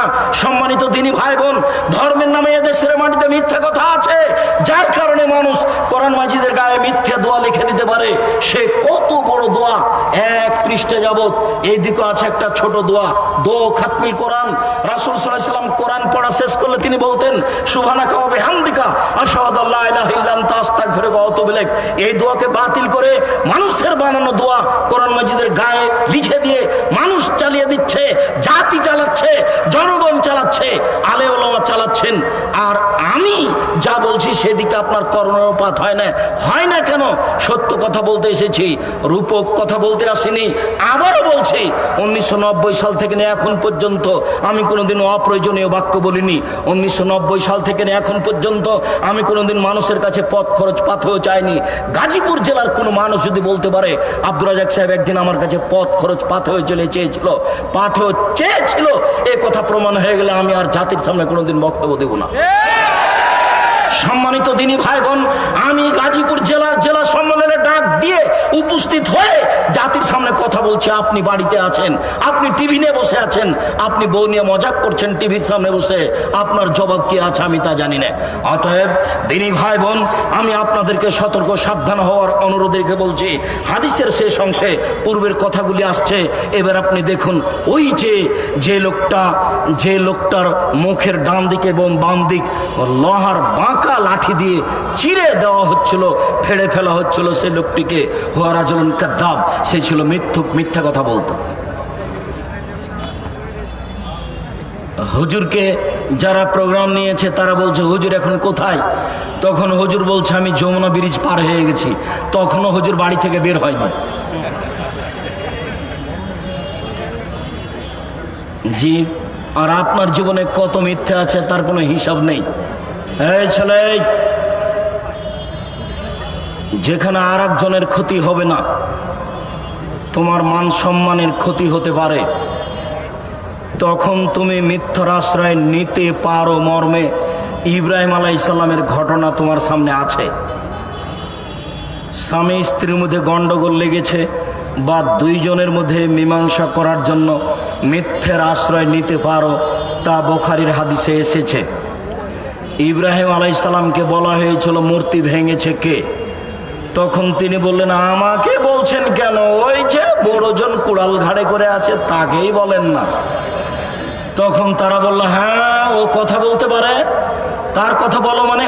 ও যে কথা বলতে পারে না তার ইবাদত করো কি করে? তারও খেপে গেল, এই বেটা গর্ত খোঁড়ো, ইব্রাহিমকে আগুনে জ্বালিয়ে দাও। ইব্রাহিম সেদিন জানছেন যে আমি ভেঙেছি, তবুও তিনি নিজের কথা না বলে বলছেন ওই যে বড়জনকে জিজ্ঞাসা করেন, বলে দিবে কে ভেঙেছে। ইব্রাহিম আলাইহিস সালামকে বলা হলো আপনার সাথে কে? আরব ভূখণ্ডে সবচেয়ে সুন্দরী মহিলা, এ কে? তখন উনি বললেন এ আমার বোন। আবার তিনি তার স্ত্রীর কাছে গিয়ে বললেন দেখো হাজেরা, দেখো সারা, তোমার ব্যাপারে কিন্তু আমি বলেছি তুমি আমার বোন। তুমি যদি এখন বলো যে এটা আমার স্বামী, তাহলে আমরা মিথ্যুক হয়ে যাব। ফালা তুকাদ্দিবু বিহাদিসি, তুমি আমাকে যেন মিথ্যুক প্রমাণ করো না আমার কথাই। যখন তাকে গ্রামের লোক ডেকেছিল চলো যাই মেলা যাই, তখন তিনি বলেছিলেন ইনি সাকিম, আমি একটু অসুস্থ। এগুলো তার মিথ্যার আশ্রয় ছিল হকের লক্ষ্যে। কোনো কারণে যদি হক বাস্তবায়ন করার প্রয়োজন হয় তখন আপনি নিতে পারেন, সেটা ভিন্ন কথা। তবে যার মুখকে লোহার লাঠি দিয়ে চিরে দেওয়া হচ্ছে সে হলো মিথ্যুক। ভুলেও কোনো দিন কারো ক্ষতি করার লক্ষ্যে, কারো সুবিধা করে দেওয়ার লক্ষ্যে কোর্টে কাচারিতে, গ্রাম্য সালিসে, সামাজিক কারো ক্ষতির প্রয়োজনে মিথ্যের আশ্রয় নিও না। এরকম হতে থাকবে ইউফালু বিহি ইয়াউমাল কিয়ামা। বিচার যতদিন পর্যন্ত না হচ্ছে ততদিন পর্যন্ত তার মুখকে চিরে ফেলা হবে এইভাবেই। ও রাজুলুন নিস্তাখ বিহি রাসু, আর ওই যে লোক যার মাথাকে পাথর দিয়ে লোহা দিয়ে ভেঙে চৌচির করা হচ্ছিল, রাজুলুন আলেম, উনি হচ্ছেন মাওলানা মানুষ। কোরআন হাদিস জানতেন কিন্তু আমল করতেন না। জানা মানুষ, আমল করতেন না, যার কারণে এইরূপ করা হচ্ছে। যারা কোরআন হাদিস জানে আমল করে না তার অবস্থা কি হবে? সাতক্ষীরায় একজন মাওলানা সাহেবের বাড়িতে গেলাম, তো আমি বসে আছি বাড়ির বারান্দায়। কিছুক্ষণ পরে তার স্ত্রী আসলো বাড়ির ভিতরে। তিনি বললেন ইনি আপনার ভাবি। তা আমি বললাম বাহিরে ঘুরে এইভাবে? জি। তারপর কিছুক্ষণ পরে আরো কথা। তা আমি বললাম যে আপনি আমাদের রাজশাহীতে গিয়ে পর্দার বক্তব্য দেন কিভাবে? এটা কেমনে চলে? আমি অহংকারও করিনি, গৌরবও করিনি। আল্লাহ মাফ করো, আমি তো বাড়ি দেখতে বলেছি। যদি 19-20 বোঝা যায় জাতির সামনে আসবো না। নতুন কথা নয়, কথায় কথা ওই কথা নিয়ে আসছি, আর আপনাকে পরীক্ষা করার জন্য যেতেও বলছি। সম্মানিত দিনী ভাই বোন, আমি অনুরোধ জানাচ্ছি, যারা আপনারা যেটুকু জানেন সেটুকু অনুযায়ী আমল করার চেষ্টা করবেন। জেনে যদি আমল না করেন তাহলে অবস্থা এই হবে। আমি বললাম সূরা ইখলাস 3 বার পড়লে একবার কোরআন মাজিদ পড়ার সময় নেকি হবে। আজকে এটা জেনে নিলেন, এরপরে একদিনও পড়ার সময় হলো না, বলেন আপনার কি হবে? জেনে আমল করে না যেই, তার এই অবস্থা। তারপরে দেখলেন ওই যে গর্তের মধ্যে ধাঁধা ধাঁধা করে আগুন জ্বলছে, অহমদ জনাত, তারা হচ্ছে ব্যভিচারণী। যারা দুনিয়াতে ব্যভিচারে জেনায় লিপ্ত হয় তাদের এই অবস্থা। রাসূল সাল্লাল্লাহু আলাইহি সাল্লাম অন্য এক বর্ণনায় বলেছেন, 2 জন ফেরেশতা আমার কাছে আসলেন। 2 জন এসে আমার 2 হাত ধরে টেনে নিয়ে যেতে লাগলেন। হঠাৎ দেখি অনেক মানুষ, বিশাল বিশাল আকৃতি, ফুলে ফেঁপে উঁচু উঁচু হয়ে আছে। কেউ 20 হাত, 30 হাত, 40 হাত উঁচু হয়ে আছে। গন্ধে তাদের পাশে টিকা যায় না। মনে হচ্ছে যেন গ্রামের টয়লেট, মনে হচ্ছে যেন গণ শৌচাগার। আমি বললাম, জিবরাইল, মান হাউলায়ে, এরা কারা যারা ফুলে ফেঁপে মোটা মোটা হয়ে আছে, গন্ধে টিকা যায় না? জিবরাইল আলাইহিস সালাম বলেন, অহমদ জনাত, এরা হচ্ছে ব্যভিচারণী। সম্মানিত দিনী ভাই বোন, এইখানে গর্তের মধ্যে যারা উলঙ্গ অবস্থায় ধাঁধা ধাঁধা করে জ্বলছে, উপরে চলে যাচ্ছে, আবার আগুন কমে গেলে নিচে আসছে, তারা হচ্ছে ব্যভিচারণী। যুবক, তোমার যদি জেনা হয়ে থাকে, তুমি আজকে সিদ্ধান্ত পরিবর্তন করো, তুমি তওবা করো, তুমি তার নাম্বার কেটে দাও, তুমি আর তার নাম্বার কোনোদিন ব্যবহার করো না।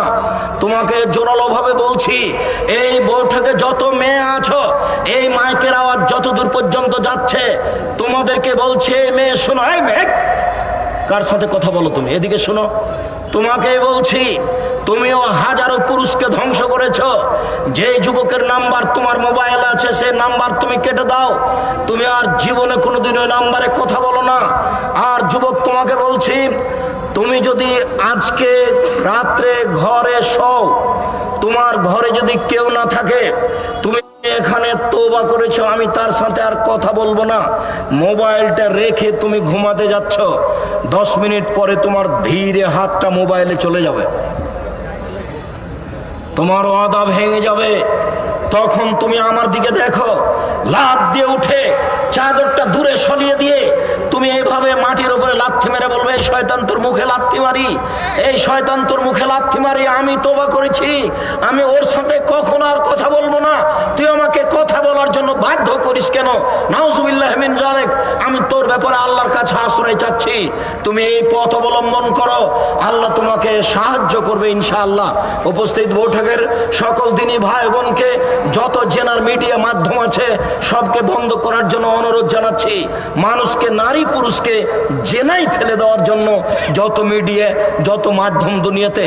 অবাক কথা, রাসূল সাল্লাল্লাহু আলাইহি সাল্লাম বলছেন, আমার জীবনে বড় ভয়, আমার উম্মত জেনায় লিপ্ত হবে, গোপন পাপে লিপ্ত হবে। অবাক কথা, মানুষ গোসলখানায় জেনা করে, মানুষ গোসলখানায় গোপন পাপ করে, মোবাইলের মাধ্যমে গোপন পাপ করে, গোপন পাপে পৃথিবী দেশ একবারে সয়লাভ হয়ে গেছে, বন্যার মতো চলছে। এইরকম অবস্থায় তোমাকে তওবা করে ঈমান দিয়ে এই পাপ ঠেকাতে হবে। ঈমান যত বেশি হবে, পাপ তত কম হবে, ঈমান যত কম হবে, পাপ তত বেশি হবে। 5 ওয়াক্ত নামাজ পড়লেও পাপ হবে, তাহাজ্জুদ পড়লেও পাপ হবে, বোরখা পরলেও পাপ হবে। বোরখা পরেও প্রেমের গল্প করে কেন? ঈমান যত বেশি হবে, পাপ তত কম হবে, ঈমান যত কম হবে, পাপ তত বেশি হবে। যদি ঈমান কম হয় আর তাহাজ্জুদ পড়ে, তবু নিজেকে পাপ থেকে ঠেকাতে পারবে না। এরপরে যে আপনি দেখলেন রক্তের নদীতে একটা লোক পড়ে আছে, আর পাশ থেকে পাথর মেরে তার মুখকে ভেঙে চৌচির করে দিচ্ছে, অহম আকেলুর রেবা, ও হচ্ছে সুদখোর। এই বাক্যটা বলার জন্য এই লম্বা হাদিস আপনার সামনে অনুবাদ করছি। যারা সুদ খায় তাদেরকে রক্তের নদীতে ফেলে দিয়ে পাশ থেকে পাথর মেরে তার মুখকে ভেঙে চৌচির করে দেওয়া হবে। এক, কেউ যদি 1 টাকা সুদ খায়, 36 বার জেনা করে যত পাপ হবে, 1 টাকা সুদ খেলে তার চেয়ে বেশি পাপ হবে। 2, সুদের পাপের 70টি ভাগ রয়েছে, তার ছোট ভাগ হলো মার সাথে জেনা করলে যেমন পাপ হয়। 3, কেউ যদি সুদ খায় তাহলে তাকে রক্তের নদীতে ফেলে দিয়ে পাশ থেকে পাথর মেরে তার মুখকে ভেঙে চৌচির করে দেওয়া হবে। 4, কেউ যদি সুদ খায় তাহলে তাকে ফকির নিঃস্ব হতে হবে, একদিন না একদিন তার টাকা হারাবেই হারাবে। এ কথা আল্লাহ বলেন, এ কথা নবী বলেন, হাদিস সহি। অতএব সোচ্চার হন। পরের কথাটুকু, ওই যে বিশাল বাগান, সবুজ বাগান, একটা বড় গাছ, গাছের পাশে একজন বসে আছেন, তিনি হচ্ছেন ইব্রাহিম আলাইহিস সালাম। তার সামনে আছে ছোট ছোট বাচ্চা, যারা ছোট অবস্থায় মারা গেছে। হিন্দুর আর মুসলমানের সবার ছোট বাচ্চা জান্নাতে যাবে। ওই যে পাশে একটা লোক, হাতে একটা লোহার লাঠি আছে, আগুনকে উত্তেজিত করছে। ও হচ্ছে মালিক ও খাজিনী নারে, জাহান্নামের মালিক, আগুনকে উত্তেজিত করছে। এরপরে বলছে, এই যে আমি আপনার ডান হাত ধরে আছি, আমি হলাম জিব্রাইল। এই যে আপনার বাম হাত ধরে আছেন, ইনি হচ্ছেন মেকাইল। আমরা হচ্ছে জিব্রাইল আর মেকাইল। আপনি একটু মাথাটা উপর দিকে করেন। আমি মাথা উপর দিকে করলাম, দেখি মিসলুজ্জল্লাহ, খুব সুন্দর ঝকঝকে টকটকে ঘর। তারা দুইজন বললেন, জাকা মানজেলোকা, এটা আপনার ঘর। তখন আমি বললাম, দানি আদখুলু মানজেলি, তাহলে আপনারা দুইজন আমাকে ছেড়ে দেন, আমি আমার ঘরে চলে যাই। তখন তারা দুইজন বললেন, লা বাকি এলাকা উমরুন, আপনার বয়স বাকি আছে। এই যাই ইস্তাকমালতা হাতাইতা মানজেলাকা, যখন আপনার বয়স শেষ হয়ে যাবে তখন আপনি এই জান্নাতে চলে আসবেন। রাহুল বুখারী। এই বুখারী গ্রন্থ থেকে হাদিসটা অনুবাদ করছিলাম, সুদ ভয়াবহ পাপ। সম্মানিত দিনী ভাই বোন, যদি আরও কিছু বলবো মনে করছিলাম, তো নিজেকে ক্লান্ত মনে করাই, মনে কিছু নেবেন না। আপনার সাথে জরুরি কথাগুলি আবারও পুনরায় বলি। সেগুলি হচ্ছে যে করোনা ভাইরাসকে আপনি যা মনে করেছেন তা নয়। আর 2-1 মিনিট থামো। 2, করোনা ভাইরাসের জন্য যেসব পথ অবলম্বন করতে বললাম সেসব পথ অবলম্বন করেন। তার একটি হলো দান। 3, সুদ মহাপাপ, যে কোনো মূল্যে সুদ থেকে বাঁচার চেষ্টা করতে হবে।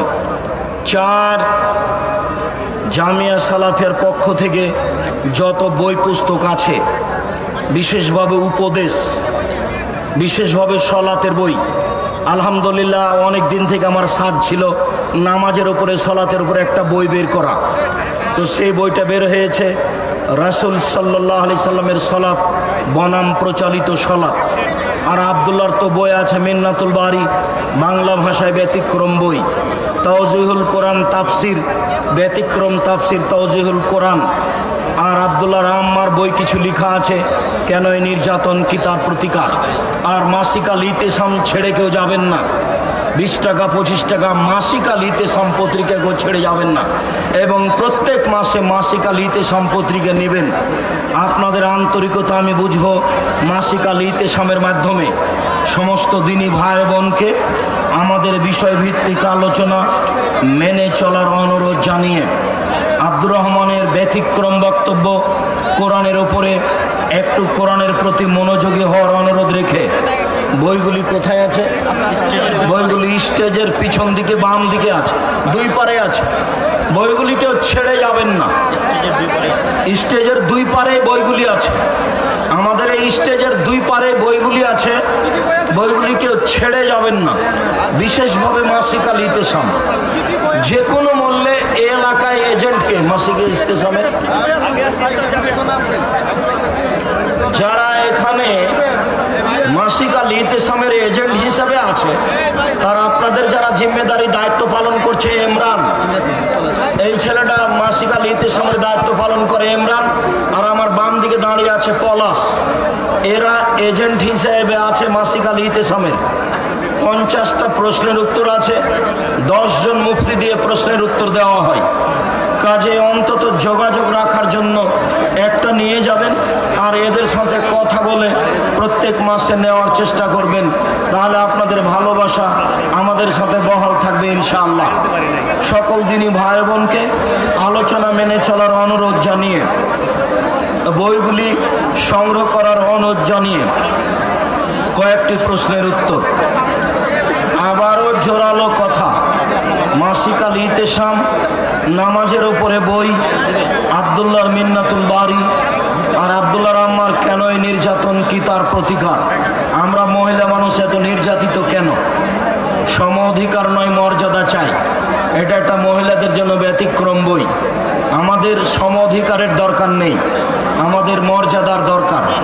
এই বইগুলি সকল দিনই ভাই বোনকে স্টেজ থেকে সংগ্রহ করার অনুরোধ জানাচ্ছি, বিশেষভাবে মাসিক আল ইতেসাম পত্রিকা। এবং শেষ বৈঠকে সিজদায় বাংলায় দোয়া করা যাবে কি? সিজদায় বাংলায় দোয়া করা যাবে না। বাংলা ভাষায় সলাতের মধ্যে কোনো দোয়া, কোনো কথা চলবে না সলাতের পরে। দাঁড়িয়ে পেশাব করা জায়েজ কি না? প্রয়োজনে দাঁড়িয়ে পেশাব করতে পারে, বসে করার ব্যবস্থা না থাকলে। হাদিস বুখারী মুসলিম। প্রয়োজনে দাঁড়িয়ে পেশাব করতে পারে, বসার ব্যবস্থা না থাকলে। হেদায়েত শব্দ কি আল কোরআনে আছে কি না? হেদায়েত হাদিস শব্দ কোরআনে বেশি ব্যবহার হয়েছে, এই মুহূর্তে আমার অবগতিতে নেই। একাকী ফরজ সালাত আদায় করলে একামত দিতে হবে কি? হবে। একামত জিকির।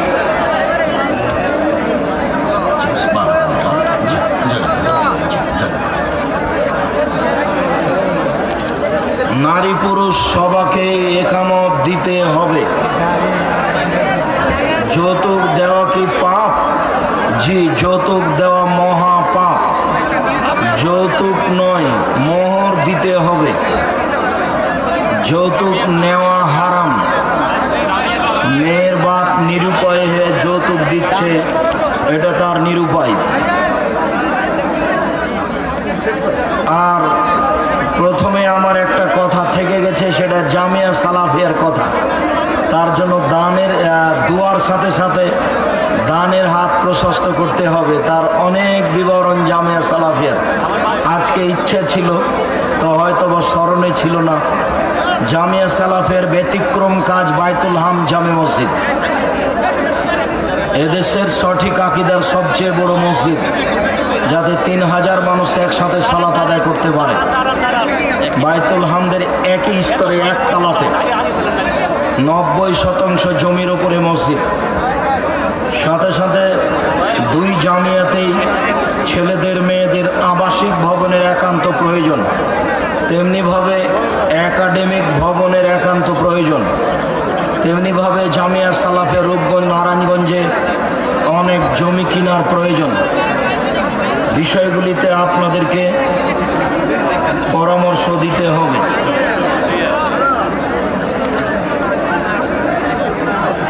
স্ত্রী স্বামীকে যদি তালাক দেয়, তাহলে মহারানার টাকা স্বামীকে কি পরিশোধ করতে হবে?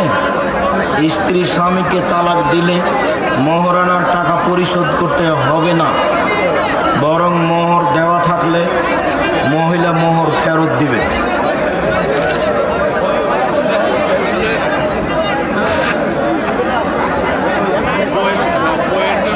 সালাতের জামাত আগে শুরু হলে মুসল্লি কিভাবে গিয়ে জামাত ধরবেন? গিয়ে আল্লাহ আকবার বলে ইমাম যে অবস্থায় আছে ওই অবস্থায় চলে যাবে। রুকুতে থাকলে রুকু, সিজদা থাকলে সিজদায় আল্লাহ আকবার বলে বাস ওই অবস্থায় হাত বাঁধা লাগবে না বুকে। আসসালামু আলাইকুম। মহতারাম, আমার পিতা মরহুম দবির উদ্দিন আপনার খুব ঘনিষ্ঠ ভাজন ছিলেন, তাহার জন্য খাস করে দোয়া করবেন। আল্লাহুম্মা গফির লাহু ওয়ারহামহু, আল্লাহ তুমি তাকে মাফ করো। সহসিজদার পদ্ধতি কি? রাকাত বেশি হলে, রাকাত কমে গেলে, আত্মাহিত ছুটে গেলে পূর্ণ করে দুইটা সিজদা দিয়ে, আত্মাহিত সব দোয়া পড়ে দুইটা সিজদা দিয়ে সালাম ফিরবেন।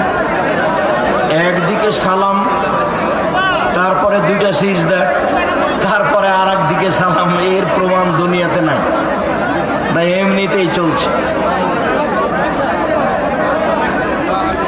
সব দোয়া পড়ে নিয়ে দুইটা সিজদা দিয়ে সালাম ফিরবেন।